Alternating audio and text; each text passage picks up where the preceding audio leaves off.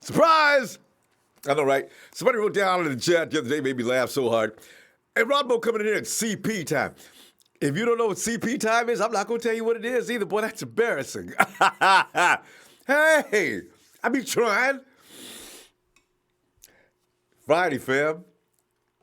And one more week closer to next season. I'm looking at every week like that now because I can't wait. You check out Jimmy G's Instagram today?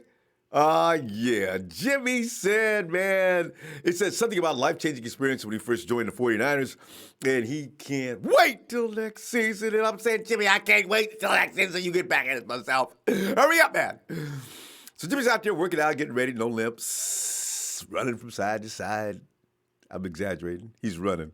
I don't know if he's doing any lateral movements. Don't be doing any lateral movements when you heel it up over a knee. I would imagine I've never torn an ACL, MCL. It's knocking on wood.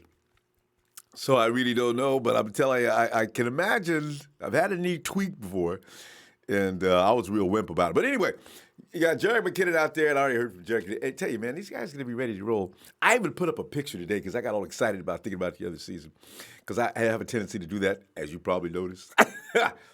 I got Jimmy G over here. I got Jerick McKinnon and Matty B. I watched the Raider game last night and got myself all worked up. Matty B is going to be a bad mofo.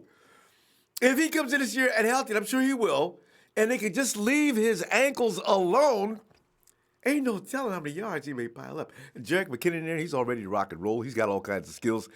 For those who don't know, don't judge him yet. Just wait a minute. You'll see. Now, see, Matty B, Jerick McKinnon. And then I'm looking at all.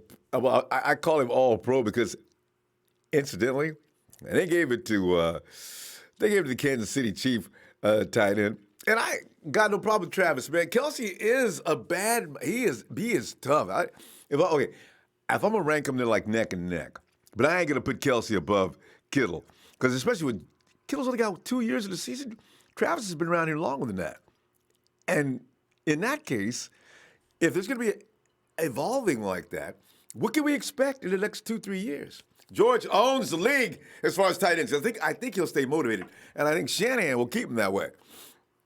So, Jerick, I got Jimmy G, I got Matty B, I got Jerick, I got George, and Marquise Goodwin. You know, I tell you, man, Marquise means a lot to me. I think he's going to mean a lot to everybody next year. But to me, I think that is the ultimate weapon. He scares people. I love people who scare people. So, put them all together. Dante Pettis is going to show some growth, I'm sure. And let's get into today's stuff, though. Because I'm checking out, I go through all the dailies. And it's that time of year for the free agent wish list to start rolling. You've already got your picks already. I've got mine. Everybody we know in the 49er Empire's got theirs, But add Earl Thomas' name. I know James is probably saying, man, I don't want nobody with no two broke the same leg. James, I just do have to say this about that. Soft tissue is the real scary thing.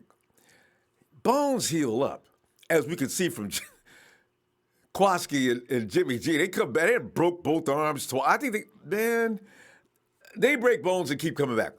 Don't give me no ligaments damages, no things like that, and then I'm good to go. But anyway, add Earl to that list to be connected with the 49ers for obvious reasons. ESPN's Nick Wagoner believes for the second year in a row the Niners will add a former part of the Legion of Boom.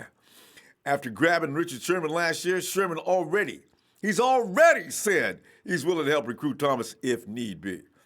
While Thomas is going to have all kind of people. You know what, though? He's not going to have a lot of people on because everybody can't afford what they're going to need to pay him. Now, I don't know if he's going to gouge the 49ers or not. Rich may try to talk about it, get his package filled with incentives, but he can get that anywhere. The thing is, he wants to go back to Texas. This is where he's from, right? I don't know if he's going to go ahead and talk to Jerry Jones or they got a running dialogue going on or what. But you do know that he really wants to go back to Texas, and this is a risky thing for the 49ers because if his heart's really in Texas, am I going to write a song? My heart's in Texas. Earl all your, it's you'll like Cali, I promise you, man. So Earl, and there's no more raining like it is in Seattle all the time. It's just a better place to be, man. We got Starbucks, and if you can't let Starbucks go, in Cali as well. You'll love it, man. And Rich is there, You got a couple other your boys in there too. You'll be fine. So he's gonna have all kind of people working on him, but I do believe Dallas is out because they can't afford it. The Rams are gonna be trying, but they have no money. So he would be. I mean, he would instantly. Oh man, he would instantly provide stability in the Niners secondary, which they clearly missed in last season, while adding another valuable leader for a young defense. While the 49ers, I'm trying to think of some players that could possibly be in the future for the 49ers. If you could sit and you could watch Richard Sherman and Earl Thomas, who would your candidates be? Who could be a potential Earl Thomas? I have a feeling it's DJ Reed. He's got the same build, the same everything. He's going to get stronger. He's just a kid. There is no Richard Sherman potentials. Richard Sherman is, we've seen the last Deion Sanders. We've seen the last Richard Sherman. But these guys get in their own right, because I got to tell you, fam, don't get mad at me or laugh. I have a feeling that Keller Witherspoon's come back. I have a feeling he's coming back next year to fool a lot of people. He was coming on toward the end of that season. He's starting to get it. He's a gifted athlete. He just pissed us off because he didn't know what he was doing. He's screwing up. But I have a feeling that has more to do with the coaching than it did him. Because they came in there unprepared half the time, and that finger pointing is what gave it away. Keller's got all the tools, the length, the speed, the coordination, the footwork. It's all there. He's just got to be steered in the right direction. So I like Rich on one side and Keller on the other side, and a human eraser behind him. I think that would be an incredible trio. I'm going to stick with that, man. I'm going to tell you, I'm ready to think, because I got a feeling Keller is it. I saw a video of him in December, and he's walking around with no limp or anything. So he's going to be ready to roll. That's not going to be I think it was only an MCL strain or something like that anyway. So I got a good feeling about that. Okay. Hey, one thing, though. It's always comical to peek in the NFL power rankings about this time. The way too early forecasts, And I don't know why I look. It's only going to make you mad. Because for years, we've been the team that people like to clown. And rightfully so. We deserve everything we've gotten from the outside world. Don't necessarily appreciate it, but we deserve it. We do. Anyway, the NFL power rankings for the upcoming season immediately after the Super Bowl are always a thing you want to check out if you feel like you can stand it, right? Right now, the 49ers, in fact, are considered by many to be not taken seriously, except for, of course, Will Blackman. Will Blackman, you the man, Will? Will Blackman has already chosen the 49ers to be the surprise of the 2019 season. They ask him on the NFL Network, what team is not even in the conversation right now as far as next year, the offseason talks this year? What team could come up with surprise? And Will Blackman sitting across from one of them Oakland Raider linemen, I forget his name, one of the Oakland Raider linemen, right? He looks over at him and, San Francisco 49ers. The mouth said to O and backed up and said San Francisco 49ers. Dude was mad. He's trying to laugh about it. But Blackman says everything that a lot of us are already thinking. The pessimists, the pessimists aren't even involved. The pessimists still think we're going down the toilet. They've already started predicting 49ers are going to suck next year. Good for you. Good to keep thinking that way. I love the faith. What the optimists are saying, Kyle Shanahan's only been there for 2 years. Just give him the time he needs. He's been assembling the talent. He's got his franchise quarterback back right. He's got the pieces to come back in healthy. The 49ers are going to make some noise next year. I say, to me, that's logic. The reality boys are trying to be like, man, we got about 15,000 holes to fill, and we don't know anything about Jimmy G. You don't know anything about Jimmy G? Okay, go ahead. We don't know anything about Jimmy G, and we need wide receivers. We need an offensive line. They keep going on and on down the list. Right? Every team in the league can say that. That's why I stop overrating every team in the league. We played some teams last year that were supposed to beat us to death, and they barely beat us. I'm done with that.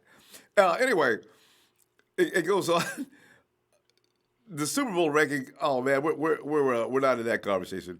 But right now, the 49ers, in fact, are considered by many, as I say, not to be taken seriously, coming in at number 16, while teams like the Seahawks, Cowboys. Remember how we used to make jokes about the Browns? Now in Cleveland, they can go into coffee shops and restaurants and get together at the joints and drink and talk about the 49ers like we used to talk about them. The Browns are considered a playoff favorite. You know what I'm saying? See, this is what I'm talking about. You know, I guess it's the Baker Mayfield effect. We can argue about that. I'm cool. You know, there's a lot of teams that are favored ahead of us that probably should be. The Patriots have already been declared next year's Super Bowl winner. Okay. I mean, this has become a routine, and I'll be damned if they haven't made that almost happen for the last decade. Every time the Patriots, and you know what? I'm not mad at the Patriots anymore because, like I said the other day, they do all our dirty work. I hated on the Hawks. Patriots beat that ass. I hated on the Rams. Patriots beat that ass. We needed a franchise quarterback. Patriots gave it to us. And we don't know what Tavares Moore may be shiz net. We got him because of the Patriots in a trade for Trent Brown. Although I wish the Patriots give us Trent Brown back. They might. Because I don't know if Trent's playing in Boston next year. So you know what I'm saying? Yeah. Anyway, let me go. Oh, Sir Garcia says, you weren't on yesterday. It was my bro. Oh, Sir Garcia. We'll take care of that. Can I still get that 9 of faithful birthday so you know you can? T Money Sack Town. Can I get a birthday shout out? And can we talk about how great Pettis will be? You know we can. Boy, everybody's having a birthday now. Why we get caught up in? I knew I was going to get caught up in this. Go sing me to death, huh? You know how I like to sing, man. I don't think anybody appreciates it though outside of our circle. Niners, knock 'em cold. It will happen, Ronbo. We love you. Hey, God bless the Empire. And if you see anybody, I corrected a couple people yesterday on calling us a Niner Nation in the chat. Don't do that. Don't do that. I went and gave them Heat song. Niner Empire. You know that one with Heat. He does that thing, man. Oh man, it's just awesome. Anyway, that'll explain clearly for those who have just joined the Empire why we don't refer to ourselves as a tiny nation. We've already conquered too many of those. All right, we're an empire. Anthony McClain, if so, I hope he comes back with a stronger leg. You know, as I say, a broken bone is something that actually heals pretty much completely. You want to worry about knees and tendons and things like that, and those have a problem. 6-point ejected FP6. Let's go ready to Ronbo. We need more help on defense more than anything else, and I agree with that. You know, so that's why I've gotten off. Not completely off the AB train. If we can get him, I'm fine with that. But he should not be a priority because if all the 49ers offensively come back healthy, boy, AJ could come in and be a part of that, but he wouldn't be all of that, you know? And Ron Abelo says, people have too many expectations. If it doesn't turn out the way it should get, they get mad. Just take it one day at a time.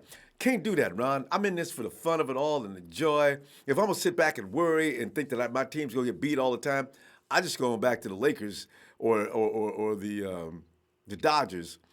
And, just because I know they're going to win, right? Lakers are struggling right now. I might think about checking them out again. But, the NBA the refs ran me out of the NBA so badly.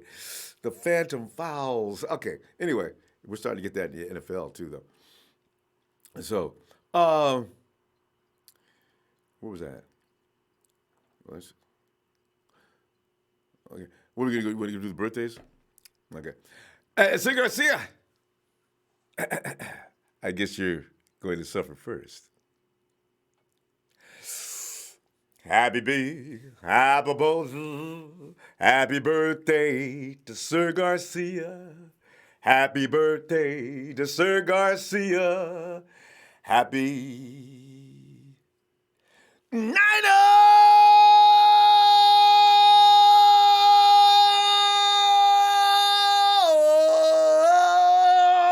birthday to you. Yeah, Sir Garcia. Happy birthday, fam! And T Money, since he's also birthday shout out. Can we talk about a great Pettis? We can. T Money. I should like T Money because you should always give me a chance to sing the Flintstones song. Fred Warner. No, let me not start on that. Happy birthday, T Money in Sacktown. Happy birthday, T Money in Sacktown. Happy Niners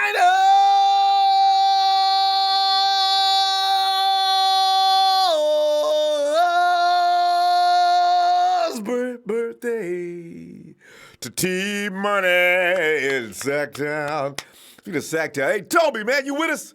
Toby! I've been hearing from Toby a lot lately. You know how we miss Toby. Toby's hanging out. Check out the app. Tony actually acknowledges and sings a song patterned after the Gorillaz song. I'm happy. Oh, you'll love it, man. He's right on the app. You'll see him. Yeah.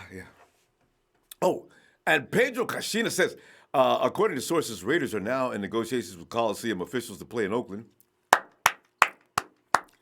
It's the first talks they've had since the lawsuit was announced in December.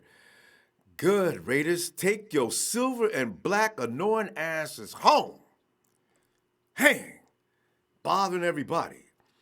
And Pedro also says the Cardinals signed cornerback Robert Alford to a 3-year deal with $22.5 million base, worth up to $24 million, sources said. According to sources, he gets $13.5 million guaranteed. Helps Arizona a ton on D, and another nice payday for Alford. I got to tell you something else, fam. This is another reason why I know Nick Bosa is not going to the Cardinals. The Cardinals have so many offensive issues, it ain't funny. You add Nick Bosa, what did that do for your offense? Unless you were getting to play quarterback or something else. Well, I mean, running back or something. That's why I know this is a scary thing about what the 49ers can do. And there's going to be teams trading up. I understand the deal with Kyler Murray could affect the 49ers directly because of the trade down. Elias Lopez with Earl Thomas and Sherman. Boy, watch out. That's what I'm saying, man. You get those two together, they will usher in the next generation of domination. The nation of domination. Next generation of domination. I like that. Jeff Tan says, not a gang. Ronbo Maniacs. Dove Nation. Dove? And Ronbo Sports Coach Miles Austin and Wes Welker providing the knowledge to be elusive to young Niner wide receivers. Yeah, buddy. And local 49ers fan, let's go red and gold. And Ron Abelow says, Wes Welker better coach or better teach Trent Taylor. I want Trent to be sneaky like Edelman. And that's all about route running, you know. And timing between him and Trent, or him and Jimmy G.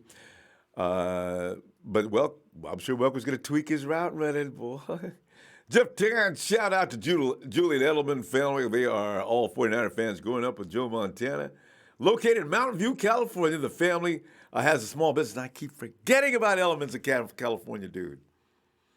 That has something to do with the connection they have, too, I bet you know. Because Tim and Tom sit around and talk about the days when they're kids and growing up in Cali, especially Northern Cali. I forgot all about that. Huh. Anyway, hey, let me put on my phones and say things like, yo, mi hermanito, hey, race.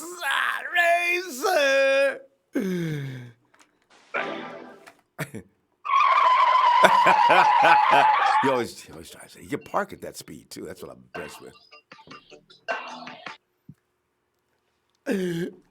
Razor. Ronbo, I'm back. I've been off my game lately, but today I'm back. You still parking that car at high speeds. I'm impressed. Yep. I'm back to bring some cold hard facts today. Uh-oh. We're ready for that. Lay them on us. All right, I got a few. So I've been off my game, but today I try to get back onto it. Okay, so first,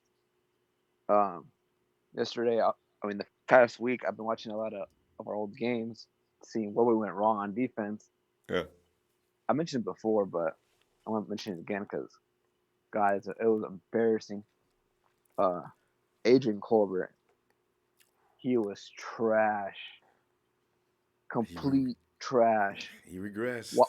Watch the first games because that's how I was watching Vikings game, Detroit, versus LA Chargers.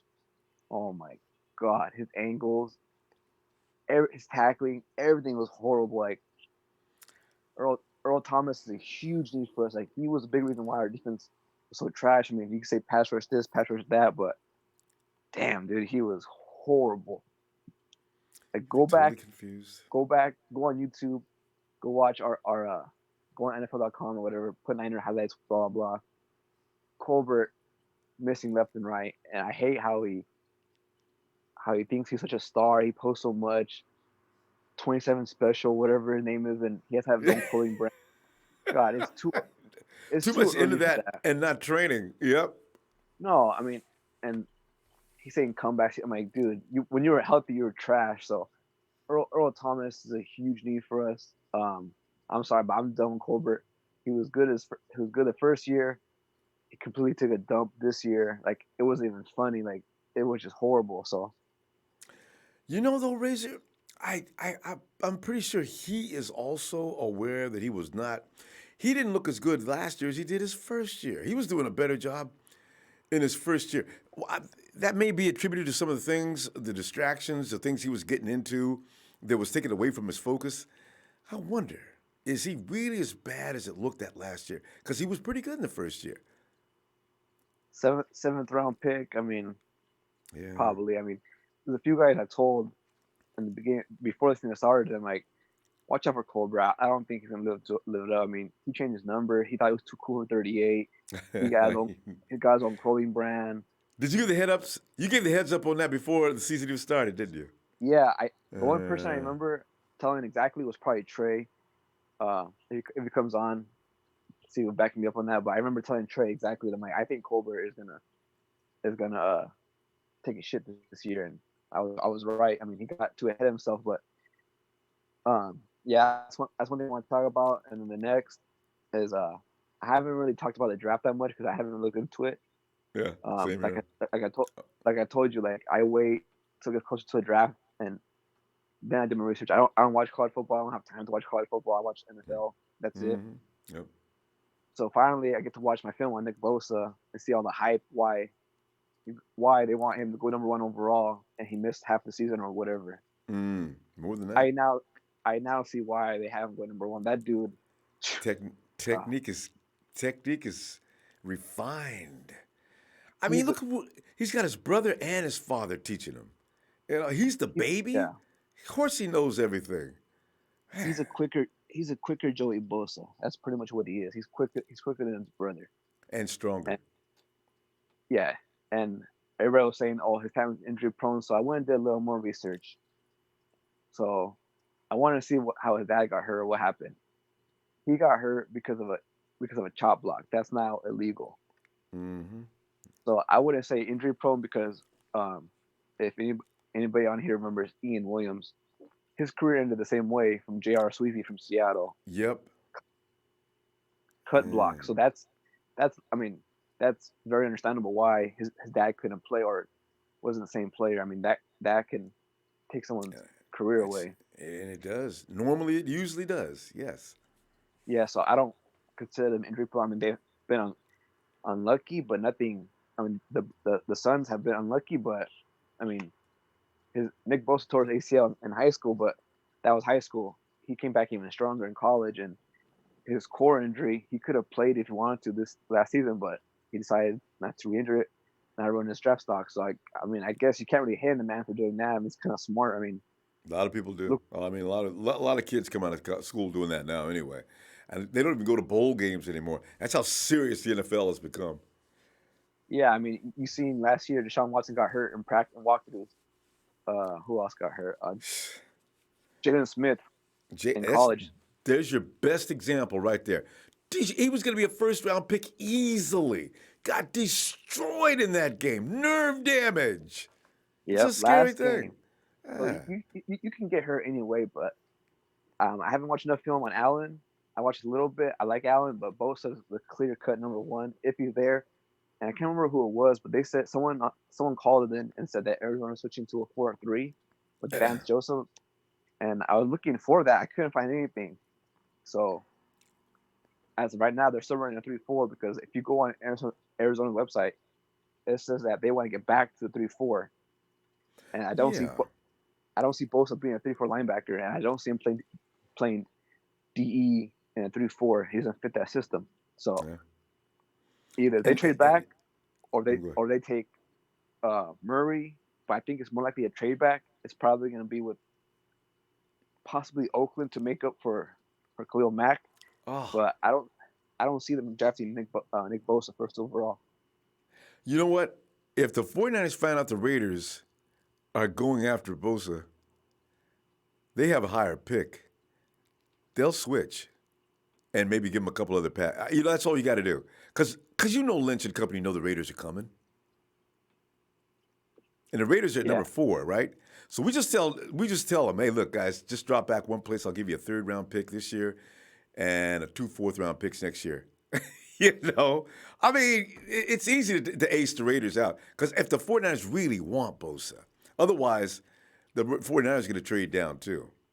That's probably what's going to happen, though. Yeah, I mean, I don't see them taking Nick Bosa at 1 for using him as a linebacker. I mean, You're talking about the Cards, right? Yeah, the Cardinals. Yeah, there's no reason. They struggled on offense, not defense. Their defense was pass rush was barely and I don't know if they're going to get rid of Marcus Gold or not. But if I got Chandler Jones and Marcus Gold, dude, I'm telling you, man, Nick's not really necessary.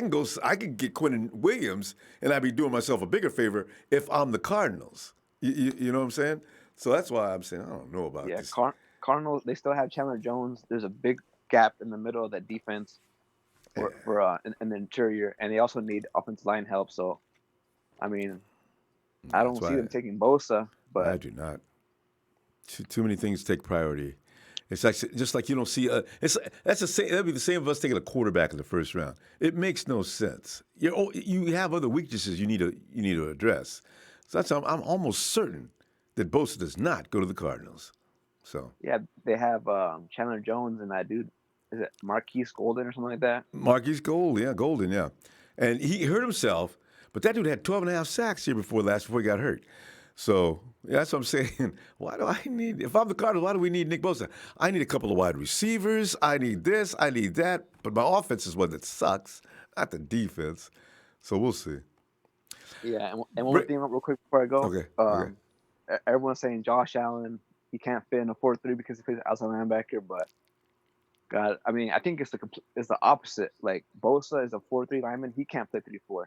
Yeah. Or Allen, he can play both defenses because he's that versatile. Like they're like, oh, so how are you gonna play him? Well, you play him the same way Seattle played Bruce Irvin before he went to Oakland. So they had him at Sam and they had him rush. So like, I mean, they overhyped the whole thing with Josh Allen, blah blah. But I'll take him or Bosa. But if I have the choice, I'm taking Bosa. He's a clear cut dude. I hear you. All right, Richard. Tell you what, man. I'll see you Sunday. All right, go Niners. You got that.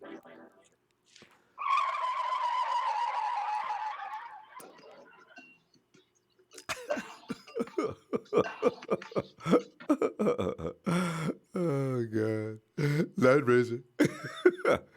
And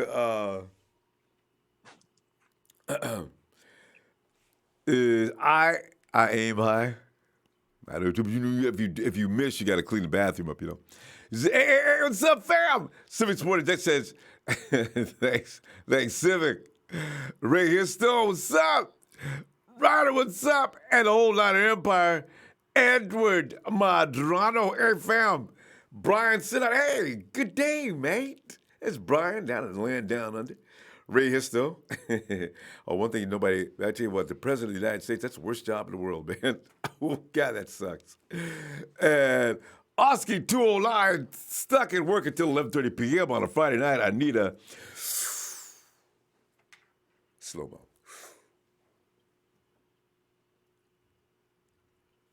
I know!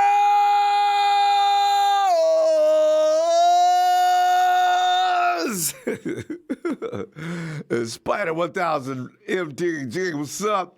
Cut clean. What's up, fam? I love these names, man. Niner Empire. Que pasa, Ronbo? De nada. You know, well, I should say Niners. 49ers. Sup, y'all?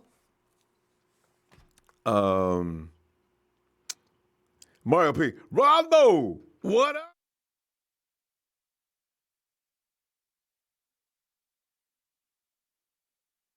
49er Fantics.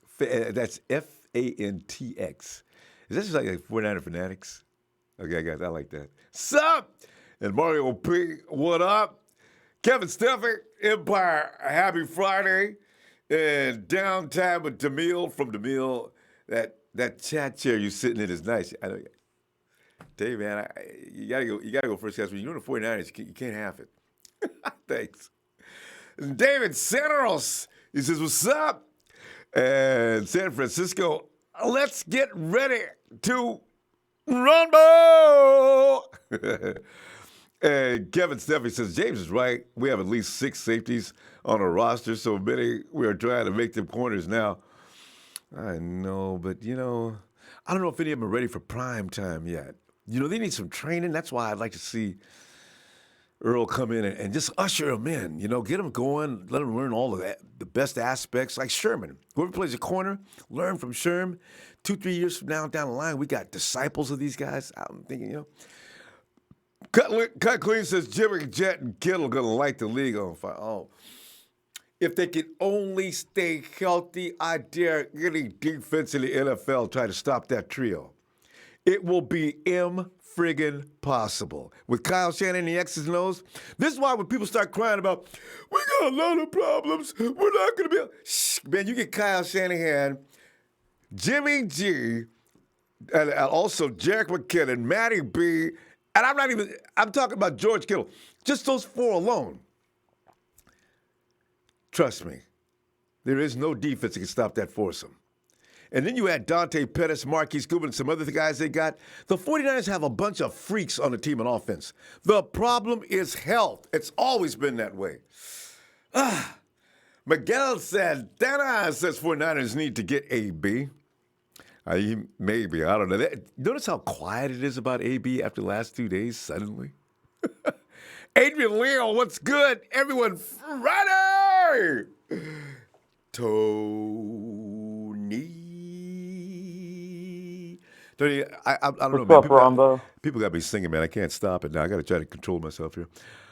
Tony, yeah, man. I'm telling you, man. I know, and Tony's always got strong opinions about things, but my thing about Earl T, I got a feeling he'd usher in the next generation of 49ers.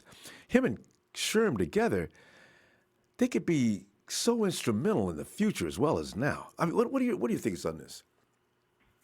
Well, there's things that these great players have that no one talks about, and it's leadership. Yes, and above all. To be frank about it, he was a great leader in Seattle. I know the defense had some mix-ups, but that was mostly Bobby Wagner, who I don't think is a good leader, and he was causing problems with the rest of the secondary. So for me, I think when you add Sherm and ET3, they just bring a whole new element that most teams know about, but they don't really consider it when they're looking at talent. I think leadership is the most important thing a player can have because that elevates the players around him and in turn makes his team better. Mm-hmm. That's exactly right. It's why people always cry about people say we don't have enough leadership on the team. I'm talking exclamation point on that secondary. There's guys are doing things they don't understand what's wrong with what they're doing, and that Sherm was all over everybody's face. Now you got Sherm in everybody's face, and you got Earl coming around the other side in everybody else's face. Oh, that's beautiful. That's a beautiful thing. Yeah. Man, I think we need to get rid of Adrian Colbert, though, because I feel like with the rookie season he had, we can get some good value for him. I'm not saying he's worth like a 2nd or 3rd round pick, but if we trade him now, we don't have to take the risk. And we can sign Earl Thomas if he wants to come here, get rid of Adrian Colbert, potentially get a 5th or 6th round pick, and then we're sitting real pretty. I agree. You know what I mean?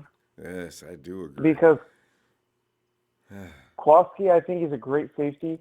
if we can get his injuries in check, which I'm hoping the new conditioning guy can help out with that. If we can get that in check, I think he's a top 10 safety in the NFL. Based on his talent and what he's shown us, the only thing holding him back is the fact that he's not available. All the time. And availability Shoulder, is the knee, best availability. always something with Klosky.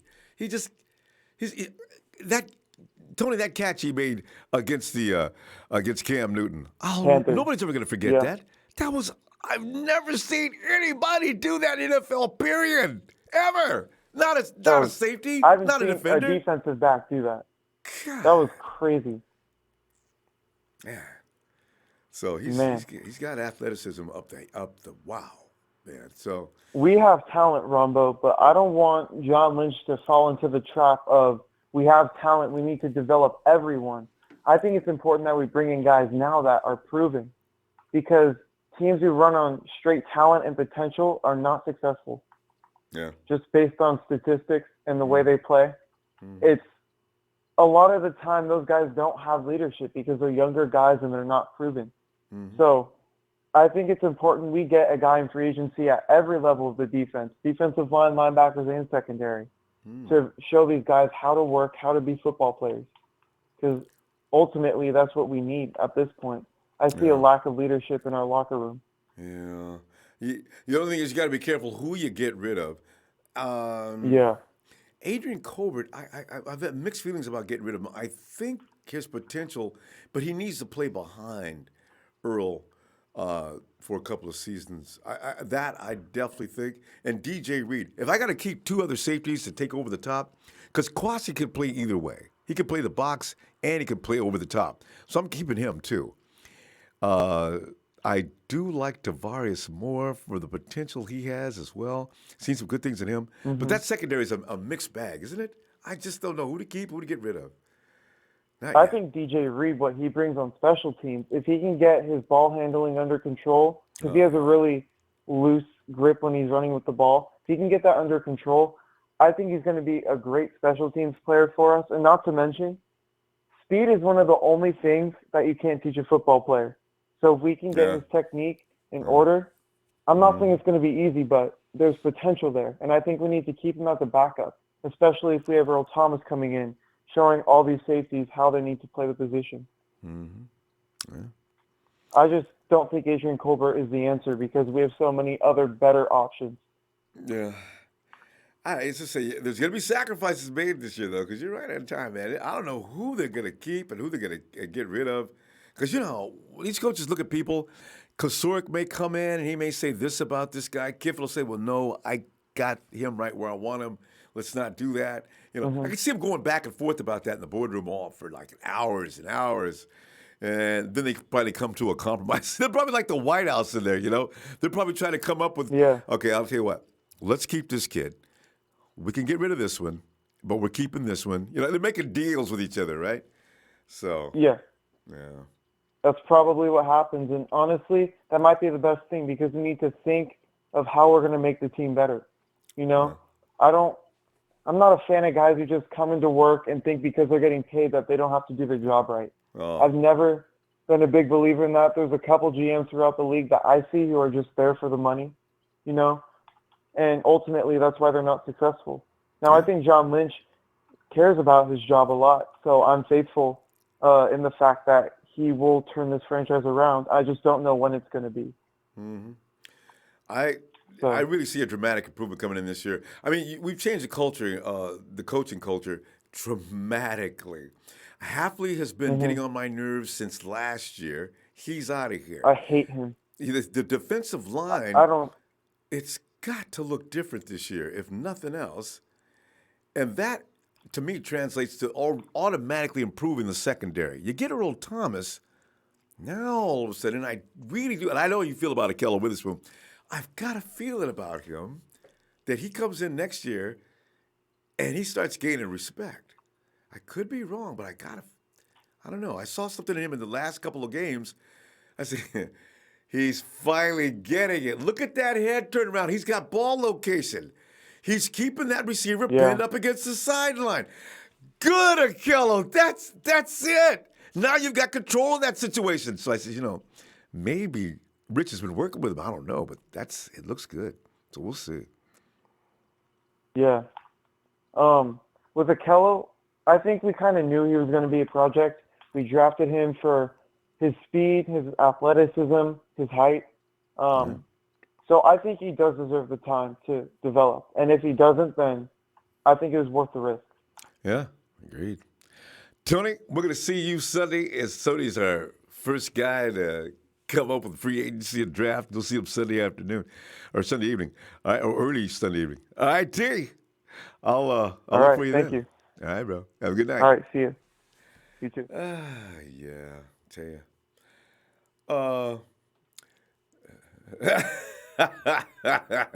Daddy, what are you talking about? I say hi to you every day, all game, all the program long. The loss from the tip station. Robo never says, "What's up to me, no more." Every day, man. Come on. I would never leave Daniel Serrano out. And Barry Howard says, "Hey, I don't drink, but if 49ers play bad this year, I might start drinking." Yeah, you shouldn't wait, man. You know, I like to pull up the beverage a little bit during the course of a game. It just sort of makes things go smoothly. If it's not the 49ers, it's the officials that you need the drink for, right? Chad Garrison, what's good, Ronbo? Oh, shit. What do you think of Miles Austin joining the staff? Miles was a good wide receiver for the Cowboys. Played a little bit with the Eagles and everything. He coached a little because as I look through the pictures of him, I see him dressed up in coach's wear. Maybe what he has can rub off. Kyle is doing a lot of work on the wide receivers, isn't he? Welker, Austin, him. I like what I'm seeing develop. This is why I'm thinking that, the coaching staff is really moving in a direction. It takes time because I think Kyle and Lynch they're both learning too. But I got a feeling these guys got high football IQs. They know where they're going. You got Kasurk and Kiffin there. That's a good move. That defensive line's going to look a lot different. Travis Mott says, question, if you watch Von Miller tape and Josh Allen tape similar, and Broncos drafted Von at 2, like Niners could get Allen, Von's 240 when drafted, Allen's 260 with the same traits. Yeah. I'm just one of that crowd that's just a little worried about Allen. Does his skill translate to the NFL? You know what though? The guy over the last year that everybody was worried about, he did well with the Saints. Oh God, he got hurt, but he was a beast. They said he was unpolished. He needs some refinement. His technique was a little questionable, but he was a beast. So if we get Allen, I ain't gonna be scared. But, if I had a choice between him and Bosa, I got to be honestly, I think I'd take Bosa. Bosa's skills, he's just tailor-made for that position. That would be my on that question. Jim Thorokill says, lost.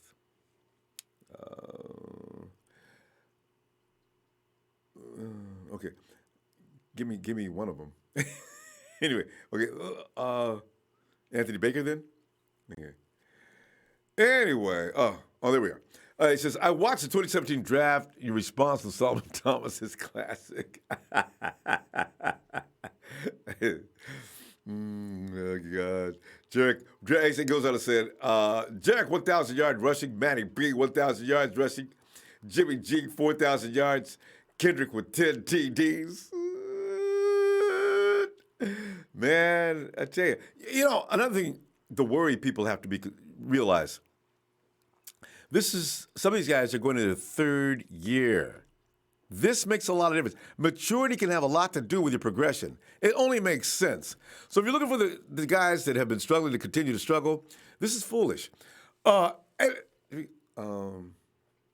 to Kevin. Hey, Kevin. Ronbo! Yeah, Kevin, what's up, fam? Man, I'm fired up tonight, Ronbo. Is that right? Oh, well, share some of that fired up with us. Man, this Earl Thomas talk, no, Ronbo, no. No? No, I'm on James' train, man. No, the guy is, listen, You bring him in. He's broke his leg twice, Ronbo. Same All right? leg. I know. That's enough said. That's it. We don't need another player coming in drowning our team. Could be. I mean, it's a solid point. Those injuries. I don't know that, as I say, broken bones, I think guys can come back from that. I just don't know. But Ronald, he's Go done ahead. it once. It's already happened again. Yeah, well, but that doesn't mean he has to break it. It probably didn't. And I don't know if it broke in the same place. But yeah, it's a possibility. I mean, if you're fragile, Earl Thomas has had a couple of other injuries that were pretty serious too. So you play the safety position. Look what happened to our safeties this year. It's a tough position. I mean, we had how many guys go down playing over the top? You got guys coming down the field at full speed. You got to hustle up at full speed. So I think even DJ Reed, he got hurt a couple of times. It's a tough job. So It is, Ronbo. But let me delve a little bit deeper. All right, let's go into defensive philosophy. Look at Atlanta, San Diego, Jacksonville. That they are all running the 4-3 under, cover 3. All right, that's our defense right now, right? yeah, right. All right. Look at what has happened to them. Look at Atlanta when Kyle left. Gone. True. Yeah. He almost got fired. Who? Kyle? We are running a defense that is becoming obsolete really, really quick because of Bill Belichick and Tom Brady. I hate to say that. It hurts me. No, I just want to correct you on something. Did you say Kyle almost got fired because of that defense? That's Fred Quinn you're talking about, right? Quinn was the Robert. Well, Robert the Quinn. head coach of Robert Quinn. Yeah, his. I'm sorry. Okay, go ahead. But that defense is becoming obsolete really quick, Ronbo, and we have to. Dan Quinn. Dan. Everybody got every Dan, name but his. Thank you. Dan Quinn. But you know what? No one ever said anything to Dan Quinn, and they should have, which is one of the reasons why he's taken over again as running the defense instead of allowing others to run the defense. But he's the guy who knows defense better than anybody there. But go ahead. Make your point about how the defense may be suspect. We need to get our defensive line in check first. Kevin, though, what would you rather run as far as the defense goes? I'm just curious about that. If you're not going to run the 4-3, what would you rather run? No, I'm fine with the 4-3, Ronbo. It has no problem. I have no problem with the 4-3. Right. I just want a edge rusher. We have to have a pass rush. Yeah, and this is one of the reasons why if you're going to fail with any defense, that is one of the problems. It's the personnel involved more so than the defense, because defensively, if you look at that scheme, it's tailor-made for today's offense, which is a pass-happy offense. But it has variations like you're pointing out, and maybe there are better variations. But you've got to have an edge, and this is why I gave Salah a pass where everybody else is condemning him. He's out there with no edge rush. He's dead meat. He was dead meat from day one. But I was hoping that they could do enough and Jimmy G could keep him off the field so they wouldn't have to work so long and hard like they did that last 5 games of the season in 2017. But, that's just me. Well, it is true. And this is going to probably shock people. My first-round pick, I want us to get Jonah Williams, Ronbo. I really do. Lineman? Offensive lineman. Yeah, he's good. Yes, he's good. Absolutely. Yeah. I mean, the Cowboys did it 2 years ago. Everybody dropped their mouth at their pick in the first round with Fredrickson, I think was his name. Yeah. He was a center. Yeah. I could be wrong. And what happened? Then all of a sudden, Elliott, everybody just turned on. I know. We And need now they're struggling because that one guy retired. Like the Rams, I think Whitworth has got Whitworth. He may decide. I think his name is Whitworth, the All Pro. He may decide he's had enough. He may come back next year, but he'll be 38 or something like that. So you're right. The offensive line is everything, and the Rams had a good offensive line. The Cowboys had a devastating offensive line. So you win games with a good offensive line. You're right. and the thing is, Ronbo, I mean, the reason the Cowboys' offensive line deteriorated was a freak disease on one of their first-round picks, and One guy retired, uh, and one went to yeah, Denver. exactly. So, right. So, I mean, but it happens that quick. But I it know. happens in the trenches, Ronbo. And I am a firm believer of our tradition is in the trenches. Look at Justin Smith. Look at, all of our greats. They are in the front lines. Oh, It doesn't start on the back. Kevin, we got to stop. But you're never getting an argument about fortifying your trenches. Never going to get an argument for that. The thing is, when you have a young team like the 49ers and you got to fill in so many spots, it has to be done strategically. So right now, people are giving the offensive line a hard time, but actually, offensive lines need time together. The longer they play together, if they have any talent, you got several first-round picks on that offensive line. Once they get in sync, that's when they become like other teams that are very good. Next year, it's like McGlinchey says, well, we're all healthy, we're all coming back, we were all together all year, and that's what matters. See, that is what matters. Next year, McGlinchey, and even, I wish it would be Joshua Garnett, but even if they keep Mike Person, they've got a year to get to know each other's moves and know how they're going to move on whatever play, how to expect him to react, how he should expect me to do what. We had a hurt center. He's much better than what he showed, but Weston Richburg is a better center than he showed. He was hurt knee and something else was bothering him.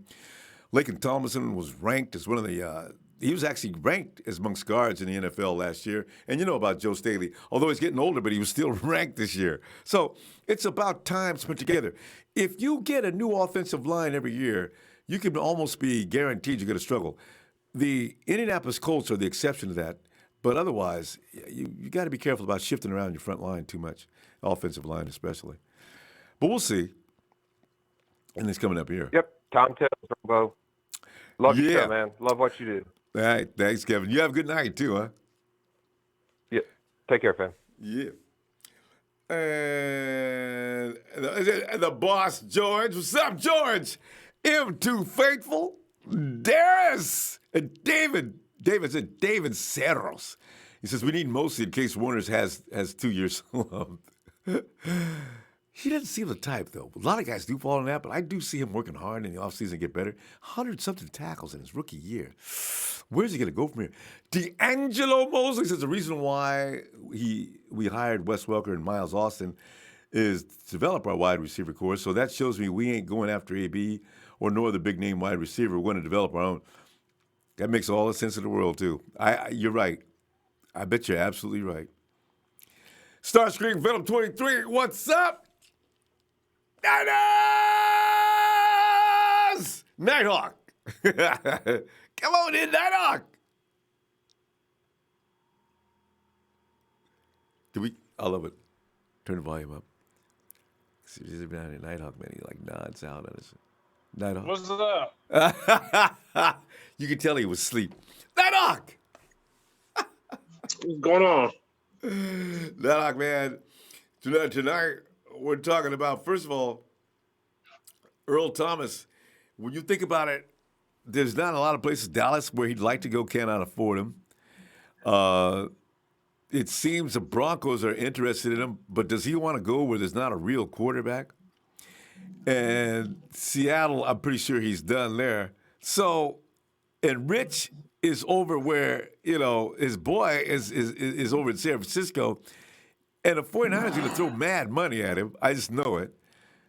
It looks like Earl could be in the mix. Could be. Now, you got your TV on? Yeah, it's down. All right. But go ahead. What do you think about Earl Thomas becoming a 49er? I don't mind. If he comes, that's good.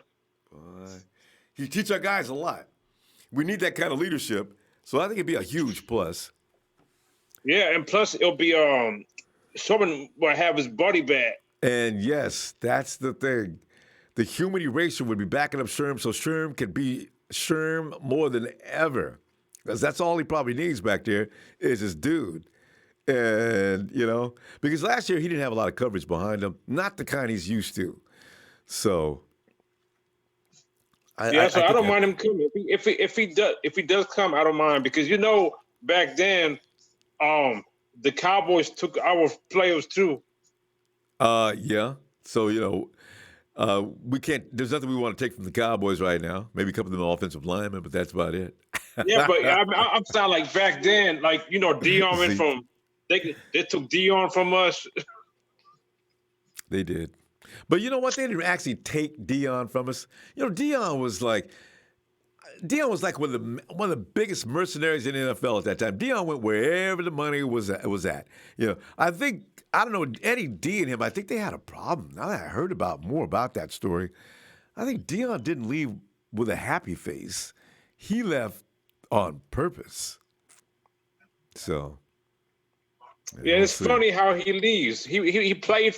He wanted to stay in Atlanta. That's why he did not want to go to the 49ers. Mm-hmm. He wanted to stay in Atlanta. Mm-hmm. Where he could play baseball at the same time. And so he comes over to the 49ers finally. I don't know how they talk him into that year, but it was kind of interesting because everybody went nuts. And then he goes over to Dallas, and that pissed everybody in San Francisco off. Yeah, that's what I'm talking about. So if he gets Seattle player, it doesn't matter. It's same. And then the 49ers are ranked in the middle of the pack right now. We're number 16. How you feel about that? That's not bad. Number 16, not bad. That puts us right in the middle of the pack. And actually, I got a feeling teams have a right to be number 16. The Patriots are ranked number 1. Saints are number 2. It says they got shafted in huge letters. The Chiefs are coming in number 3. The Rams, for reasons beyond anybody's comprehension, are ranked number 4. Man, fuck the, how can Rams be past us? I agree. And the Chargers are ranked at number 5. Okay, come on. Chargers? Yeah. Oh, come on. Yeah, I know. Some of these teams, especially, you know there's going to be a hangover for the Rams. Come on. How can you put Chargers in front of us and the Rams in front of us? Well, the Rams, they were in the Super Bowl, but in a few weeks, all of this is going to change. Yeah, because after free agency. They won the Super Bowl, but they're scoring 3 points. I know, right? Most embarrassing NFC representative of all time. I mean, I'm talking just awful. I mean, really?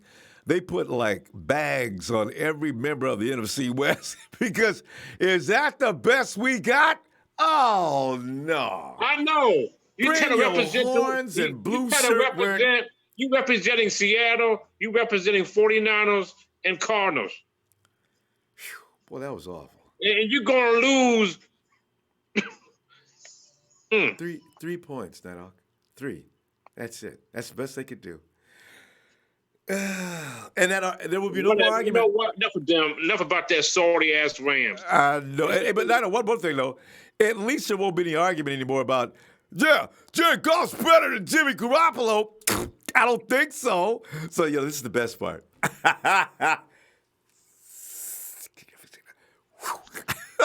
Nighthawk. Well, now I can tell you what, man. We gonna get together. I'll see you on Sunday, okay? Let me give you that holler out. Okay. I know.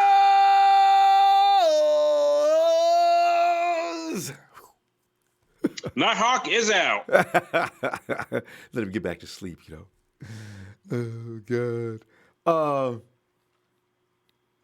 Let's go to Mr. Lucas. Huh? Oh. San Francisco says, I just want my own identity. E.T. might pan out. E.T., I love his initials. E.T. might pan out like Sherman, but I want our own smothering defense. I'm just saying. Yeah, I agree with that. And but I'd like to get them some solid direction right now. If you get the 2 masters at that position it could really be huge for him, especially those youngsters we got. Slacks, what's up, Empire? What's up? Cynthia says 9 a.m. Pie. What's up, Cynthia? Gucci boy. If we draft another corner, we should look at that guy from Kentucky. He showed out at the Senior Bowl. He's the same size as Spoon, but more physical. I think I know what you're talking about, too. David Sandero says, who's your dream free agent pickup? Man, give me to get back to you on that. Mikel Anderson's not Niner Nation. We Ronbo Nation. Thank you, Marcella. Jesse from Walla Walla. Hey, Empire, you heard? Jesse from 509 in the house. What's up, Jesse? A big hack. What's up, fam? Thug 8200. Stop it. Wide receivers need elite talent. What a lot of people do is the underrating of our offense of talent is what I find really strange. But whatever. If you think we need a more elite talent, that's good. Daniel Goheen says this would be a cool. What about this is for a scenario? Earl Thomas and Frank Clark from Seattle. Why? You know the only problem with that is everybody say, oh, because you know how we always get on people when they take all our players like the Raiders, and actually if anything, the Seahawks owe us. They've taken every other player that we let go. So, you know, oh, God. All right. Mr. Lucas. Ronbo, how you doing, man? Oh, man, I've got visions of grandeur. Now the season's over, and especially since Kyle Shanahan. Remember when he had the Falcons? And the first year the Falcons were so-so. Mm-hmm. The second year they got better, and then of course the third year on their way to the Super Bowl. I kind of see us because we still need a little solid. Defensive questions I have. The offense I have absolutely no question. Health is what I'm only concerned with them. Whether AB comes in or not, they're going to score points. But I do have worries about the defense. So yeah, same here, man. Yeah, I was just that's my first time calling in. And, glad to meet you. I just wanted to let you know that I appreciate your show here quite a bit. I've been listening. Yeah, I've been listening for about 3.5 years, let's say. Wow. About 3 years, somewhere in there. Wow. All right. My first time calling in. Yeah. Thanks, man. Yeah, no problem, man. I was basically just going to say, you look back to when we had, Jim Tom Sula as our coach and Chip Kelly and all that. And I actually had some high hopes for Chip Kelly, I did too. I thought if he got Cap, he'd be rolling. With his offense, that's still the best red zone we've ever had. That's what I was thinking. For sure. They always scored in the red. God. Nothing else, though. Yeah. But I was, I was thinking, I know our record hasn't been where we wanted it to be, the last couple of seasons. But, all the injuries we've had, obviously, is a big part of that. But I'm thoroughly excited, about our future. I feel like we have guys that are competent. And John Lynch, he's an ex-player. And then Kyle Shanahan, obviously, he knows his X's and O's really well. Really well. Yeah, really well. God, he's kind of a freak. God. Yeah, for sure. But, yeah, so I just wanted to, say everybody to keep their head up and stuff, man, because we're bringing in, Wes Welker's our wide receivers coach, and then you got the Miles Austin for offensive quality control. I love that title. We're actually adding people. Yeah, for me too. Quality we're control. actually adding people. Yeah. Right. How did somebody made a point a little while ago saying we're not bringing in AB. They're not bringing in all those coaches to do anything more than develop the talent they got. So that means Kyle sees something that a lot of fans probably don't in what he has right now. Right. He's going to go for another wide receiver this draft, though. This we should look forward to. He's going to go for that big man, and there's a lot of them this season, so he's picking the right season to do that. But I got a feeling that point that was just made is accurate. Yeah, it was a great point. I was like, wow, that makes a lot of sense, but my name's Chuck or Charles. I usually go by Chuck. All right, Mr. Chuck. Lucas is just my name on the deal. All right. But yeah, man. So I'll plan on calling in some more. But I just want to thank you and wish everybody a happy weekend. And yeah, man. All right. And we'll be back Sunday, Chuck. I'll be looking for you then. All right. All right, sounds good. Have a good night, man. All right, fam. Good night. All right, bye. All right. Yeah. And we go to Kodak Sniper Gang. What's up? What it do? Adam Sanders says, what do you think about bringing in Landon Collins, an outside linebacker? What is Landon Collins? He has a name, I mean, the something Landon Collins. I would love to have Landon Collins for one simple reason. I gave Landon Collins such a hard time after we beat the Giants last year because Landon Collins came in after an interview. He was all salty. Landon says he didn't do anything special because he was talking about CJ beating him. He didn't do anything special. He missed his marks. We just didn't play a very good game. Silly thing. I was on Landon every hour after that. And he never responded, but he never blocked me, and I would have. So I kind of like Landon. Mentally he's a tough dude. He knows what he's capable of, and he is a Pro Bowler. So I'd bring in Landon Collins in if we could get him. I don't know where we'd put him, though, H. Flores, sup? Poppy, Pablo, XXXX. We are Niners! Brian Culp says, we definitely should sign Earl Thomas. I know AB is a potential nutcase. We should do whatever we need to get him on the team. Yeah. I really do think he's scared the 49ers array, though. We'll see when the conversation starts because I think they can. In the combine, the rumors are going to start picking up, right? Before the combine, about a week or so before, as to whether the 49ers are in that camp or not, if Pittsburgh's talking to them. Because actually, if I had to bet on it right now, I'd say AB ends up back in Pittsburgh. Miss Mark Lacilento. Hey, he says, who do you want in the draft? I want Greedy, go Niners. Oh, Mark, man, I tell you, I really still torn on that. I need to look at some more players. I got several. I think I'll do a mock this year, too, like I did last year, so everybody can laugh. But people can't laugh no more at me because when I said I wanted Corey Davis, and also I wanted, in the first round, I says, give me Christian McCaffrey. I knew Kyle wanted that type of player. Pat myself on it. But John said, my classmate, I think we should go for him. We know we had a lot of problems with this team had a lot of problems with stopping the run last year. So I really think Solomon Thomas would be the best thing. Kyle, listen, next year we're gonna go in your direction. You're gonna need all the offense you need. But this year, let me get Solomon. And Aaron Little, what's up, fam? Deandra! I don't know why I've been clowning so hard tonight. D'Angelo Mosley says, we don't need AB or Beckham. We good. Stop the panic attack. Agreed.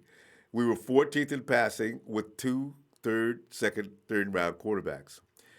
We were averaged 21.2 points a game with a third string quarterback, running back. Running back was hurt most of the time. And the other one broke his arm.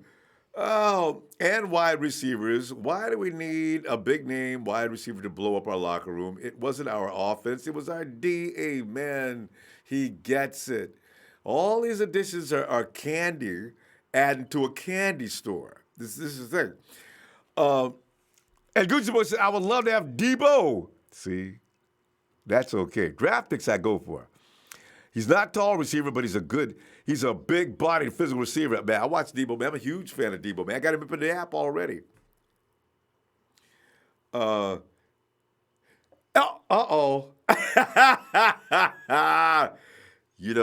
James has been making it clear to me that he is not an Earl Thomas fan, as was the person who just came in and echoed James' feelings.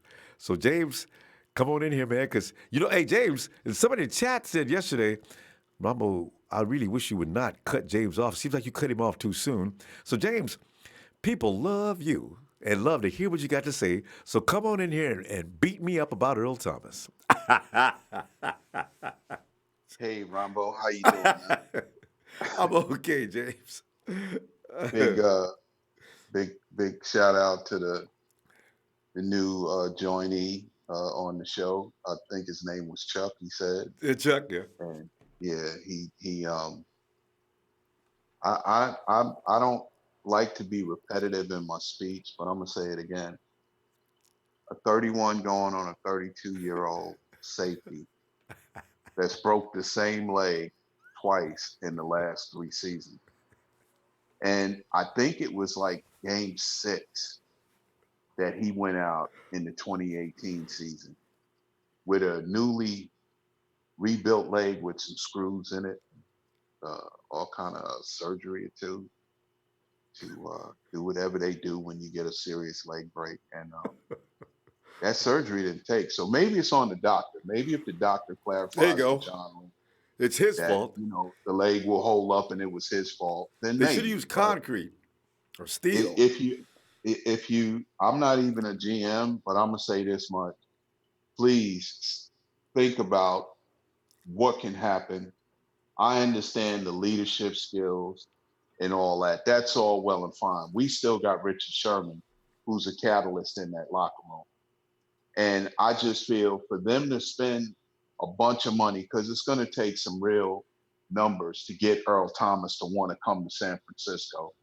Because realistically, he wants to play, I believe, for the Cowboys because he's from the state of Texas. Oh, he definitely does. It The makes, Cowboys, they got it no makes money. all. He didn't go to that locker room after that game and tell Jason Garrett, "Come get me, man." He didn't do that just to get on ESPN. He did that because he wants to go to the Cowboys. And I hope he's from that Texas. he's from Texas. Okay. I've said this before, and I'm going to say it again.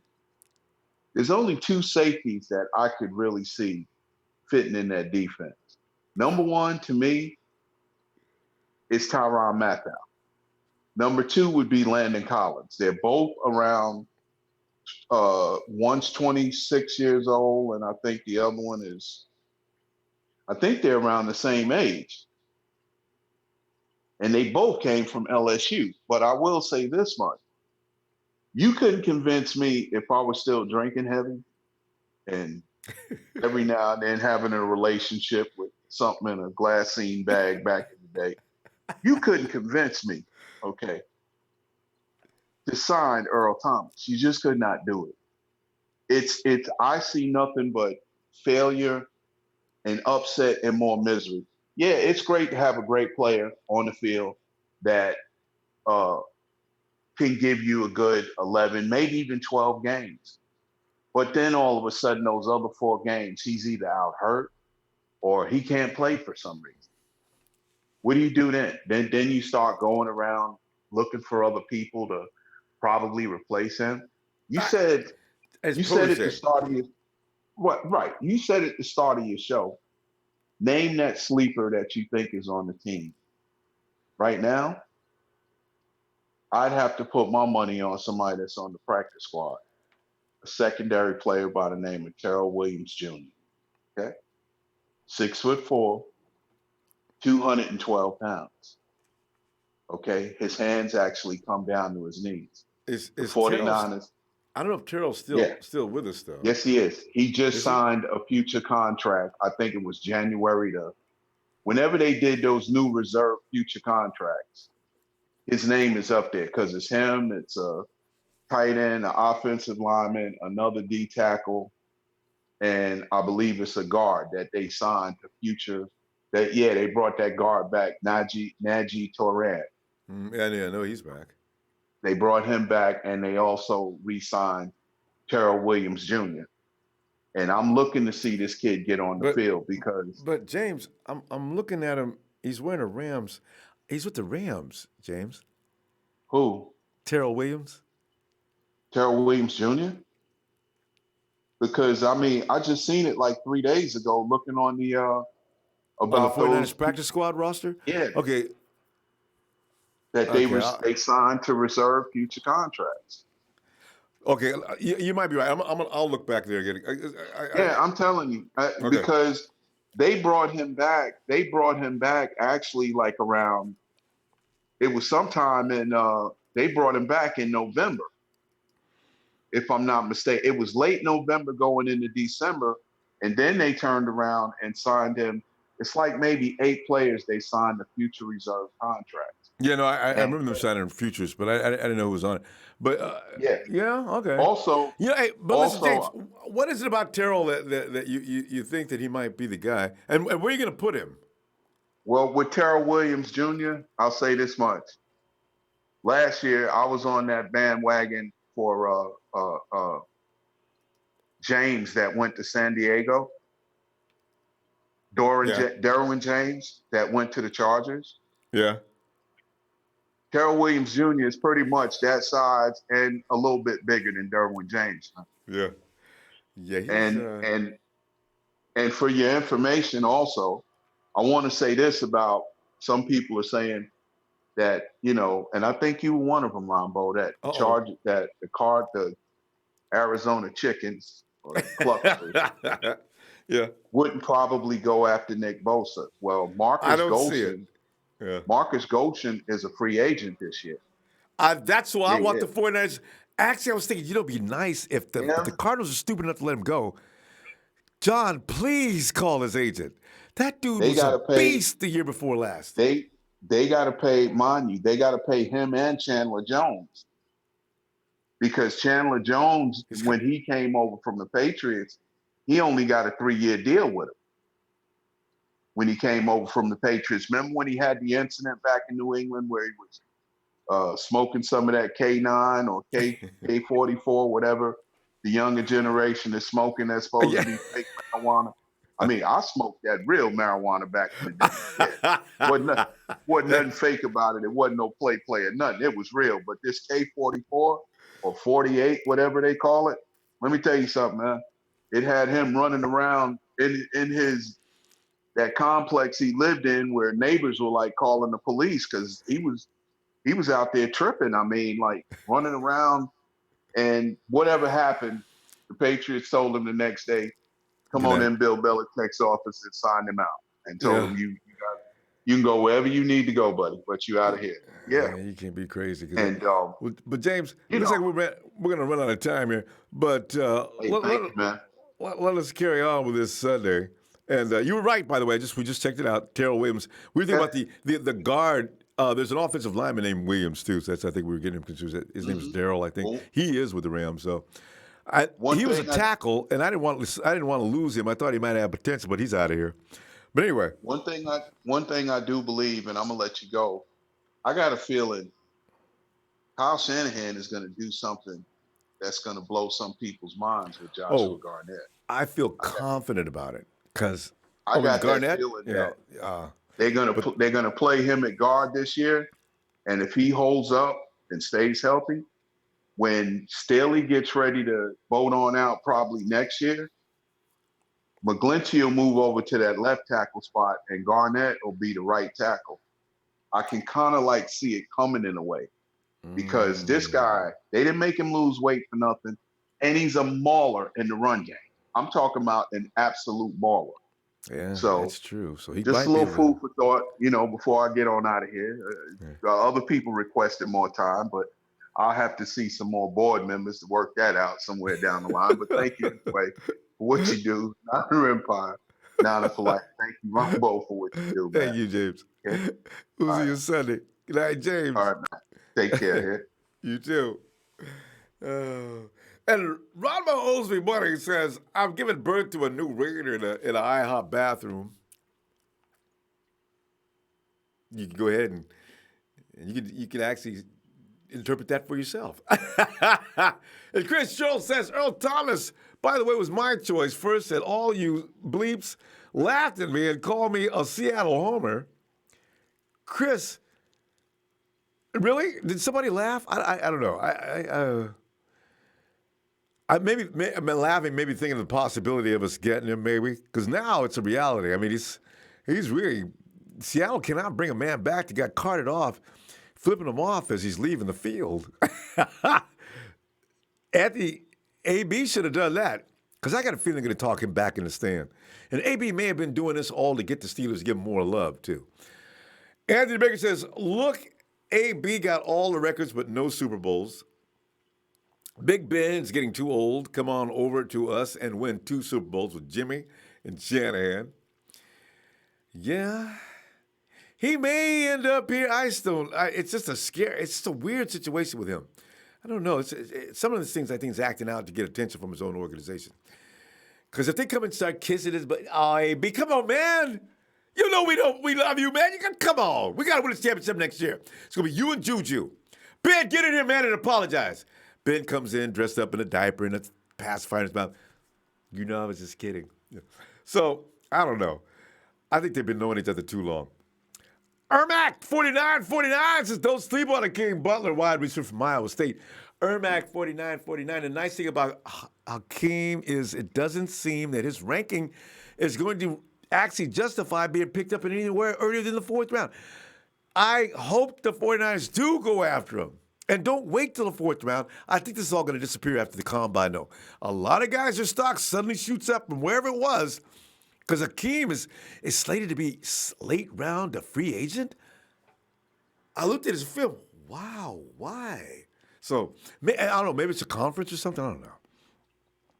Michael Short says if Earl Thomas, Earl comes to San Francisco and reunites with Sherman and Marsh, that would be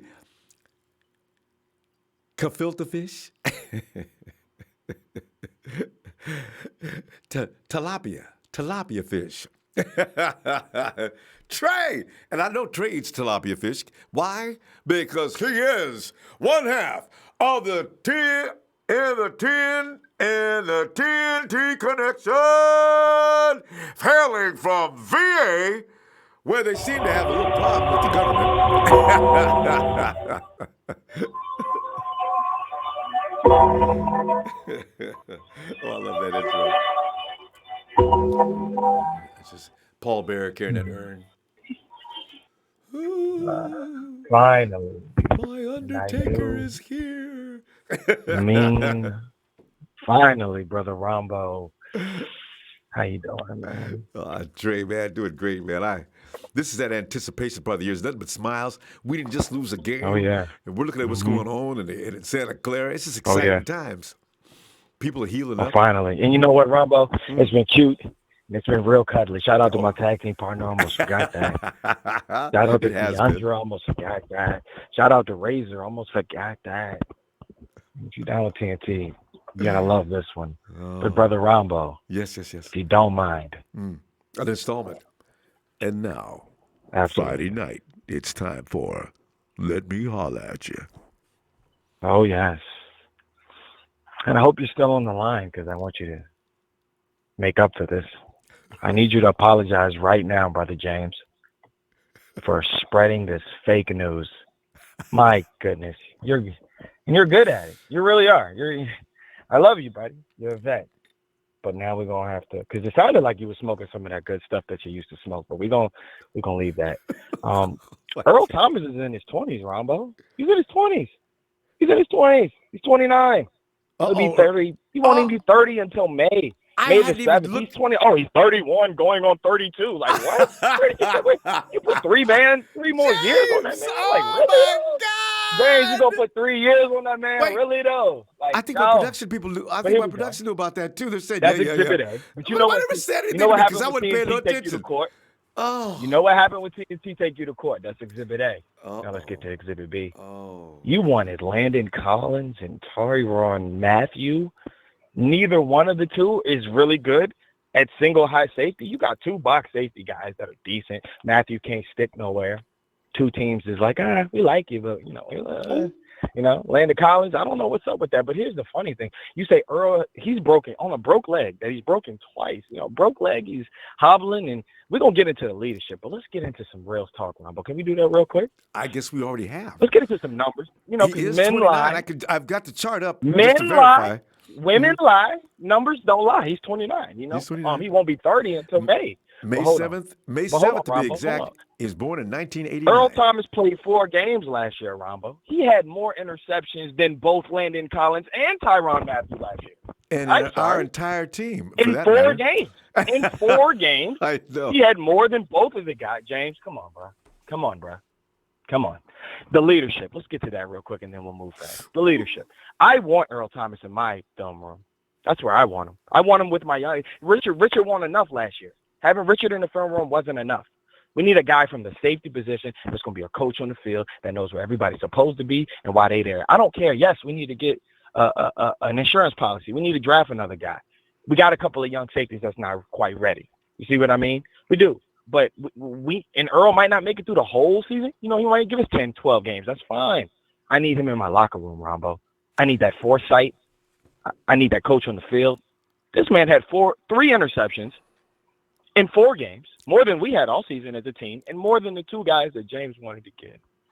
Yep. And he put 3 years on that. See, man. that's what that Seattle is. Dudes, the good in Seattle backfield, they know what that doing quarterback's going to do before he even does it. This is what I like about him. Can you please teach my youngins how to do that?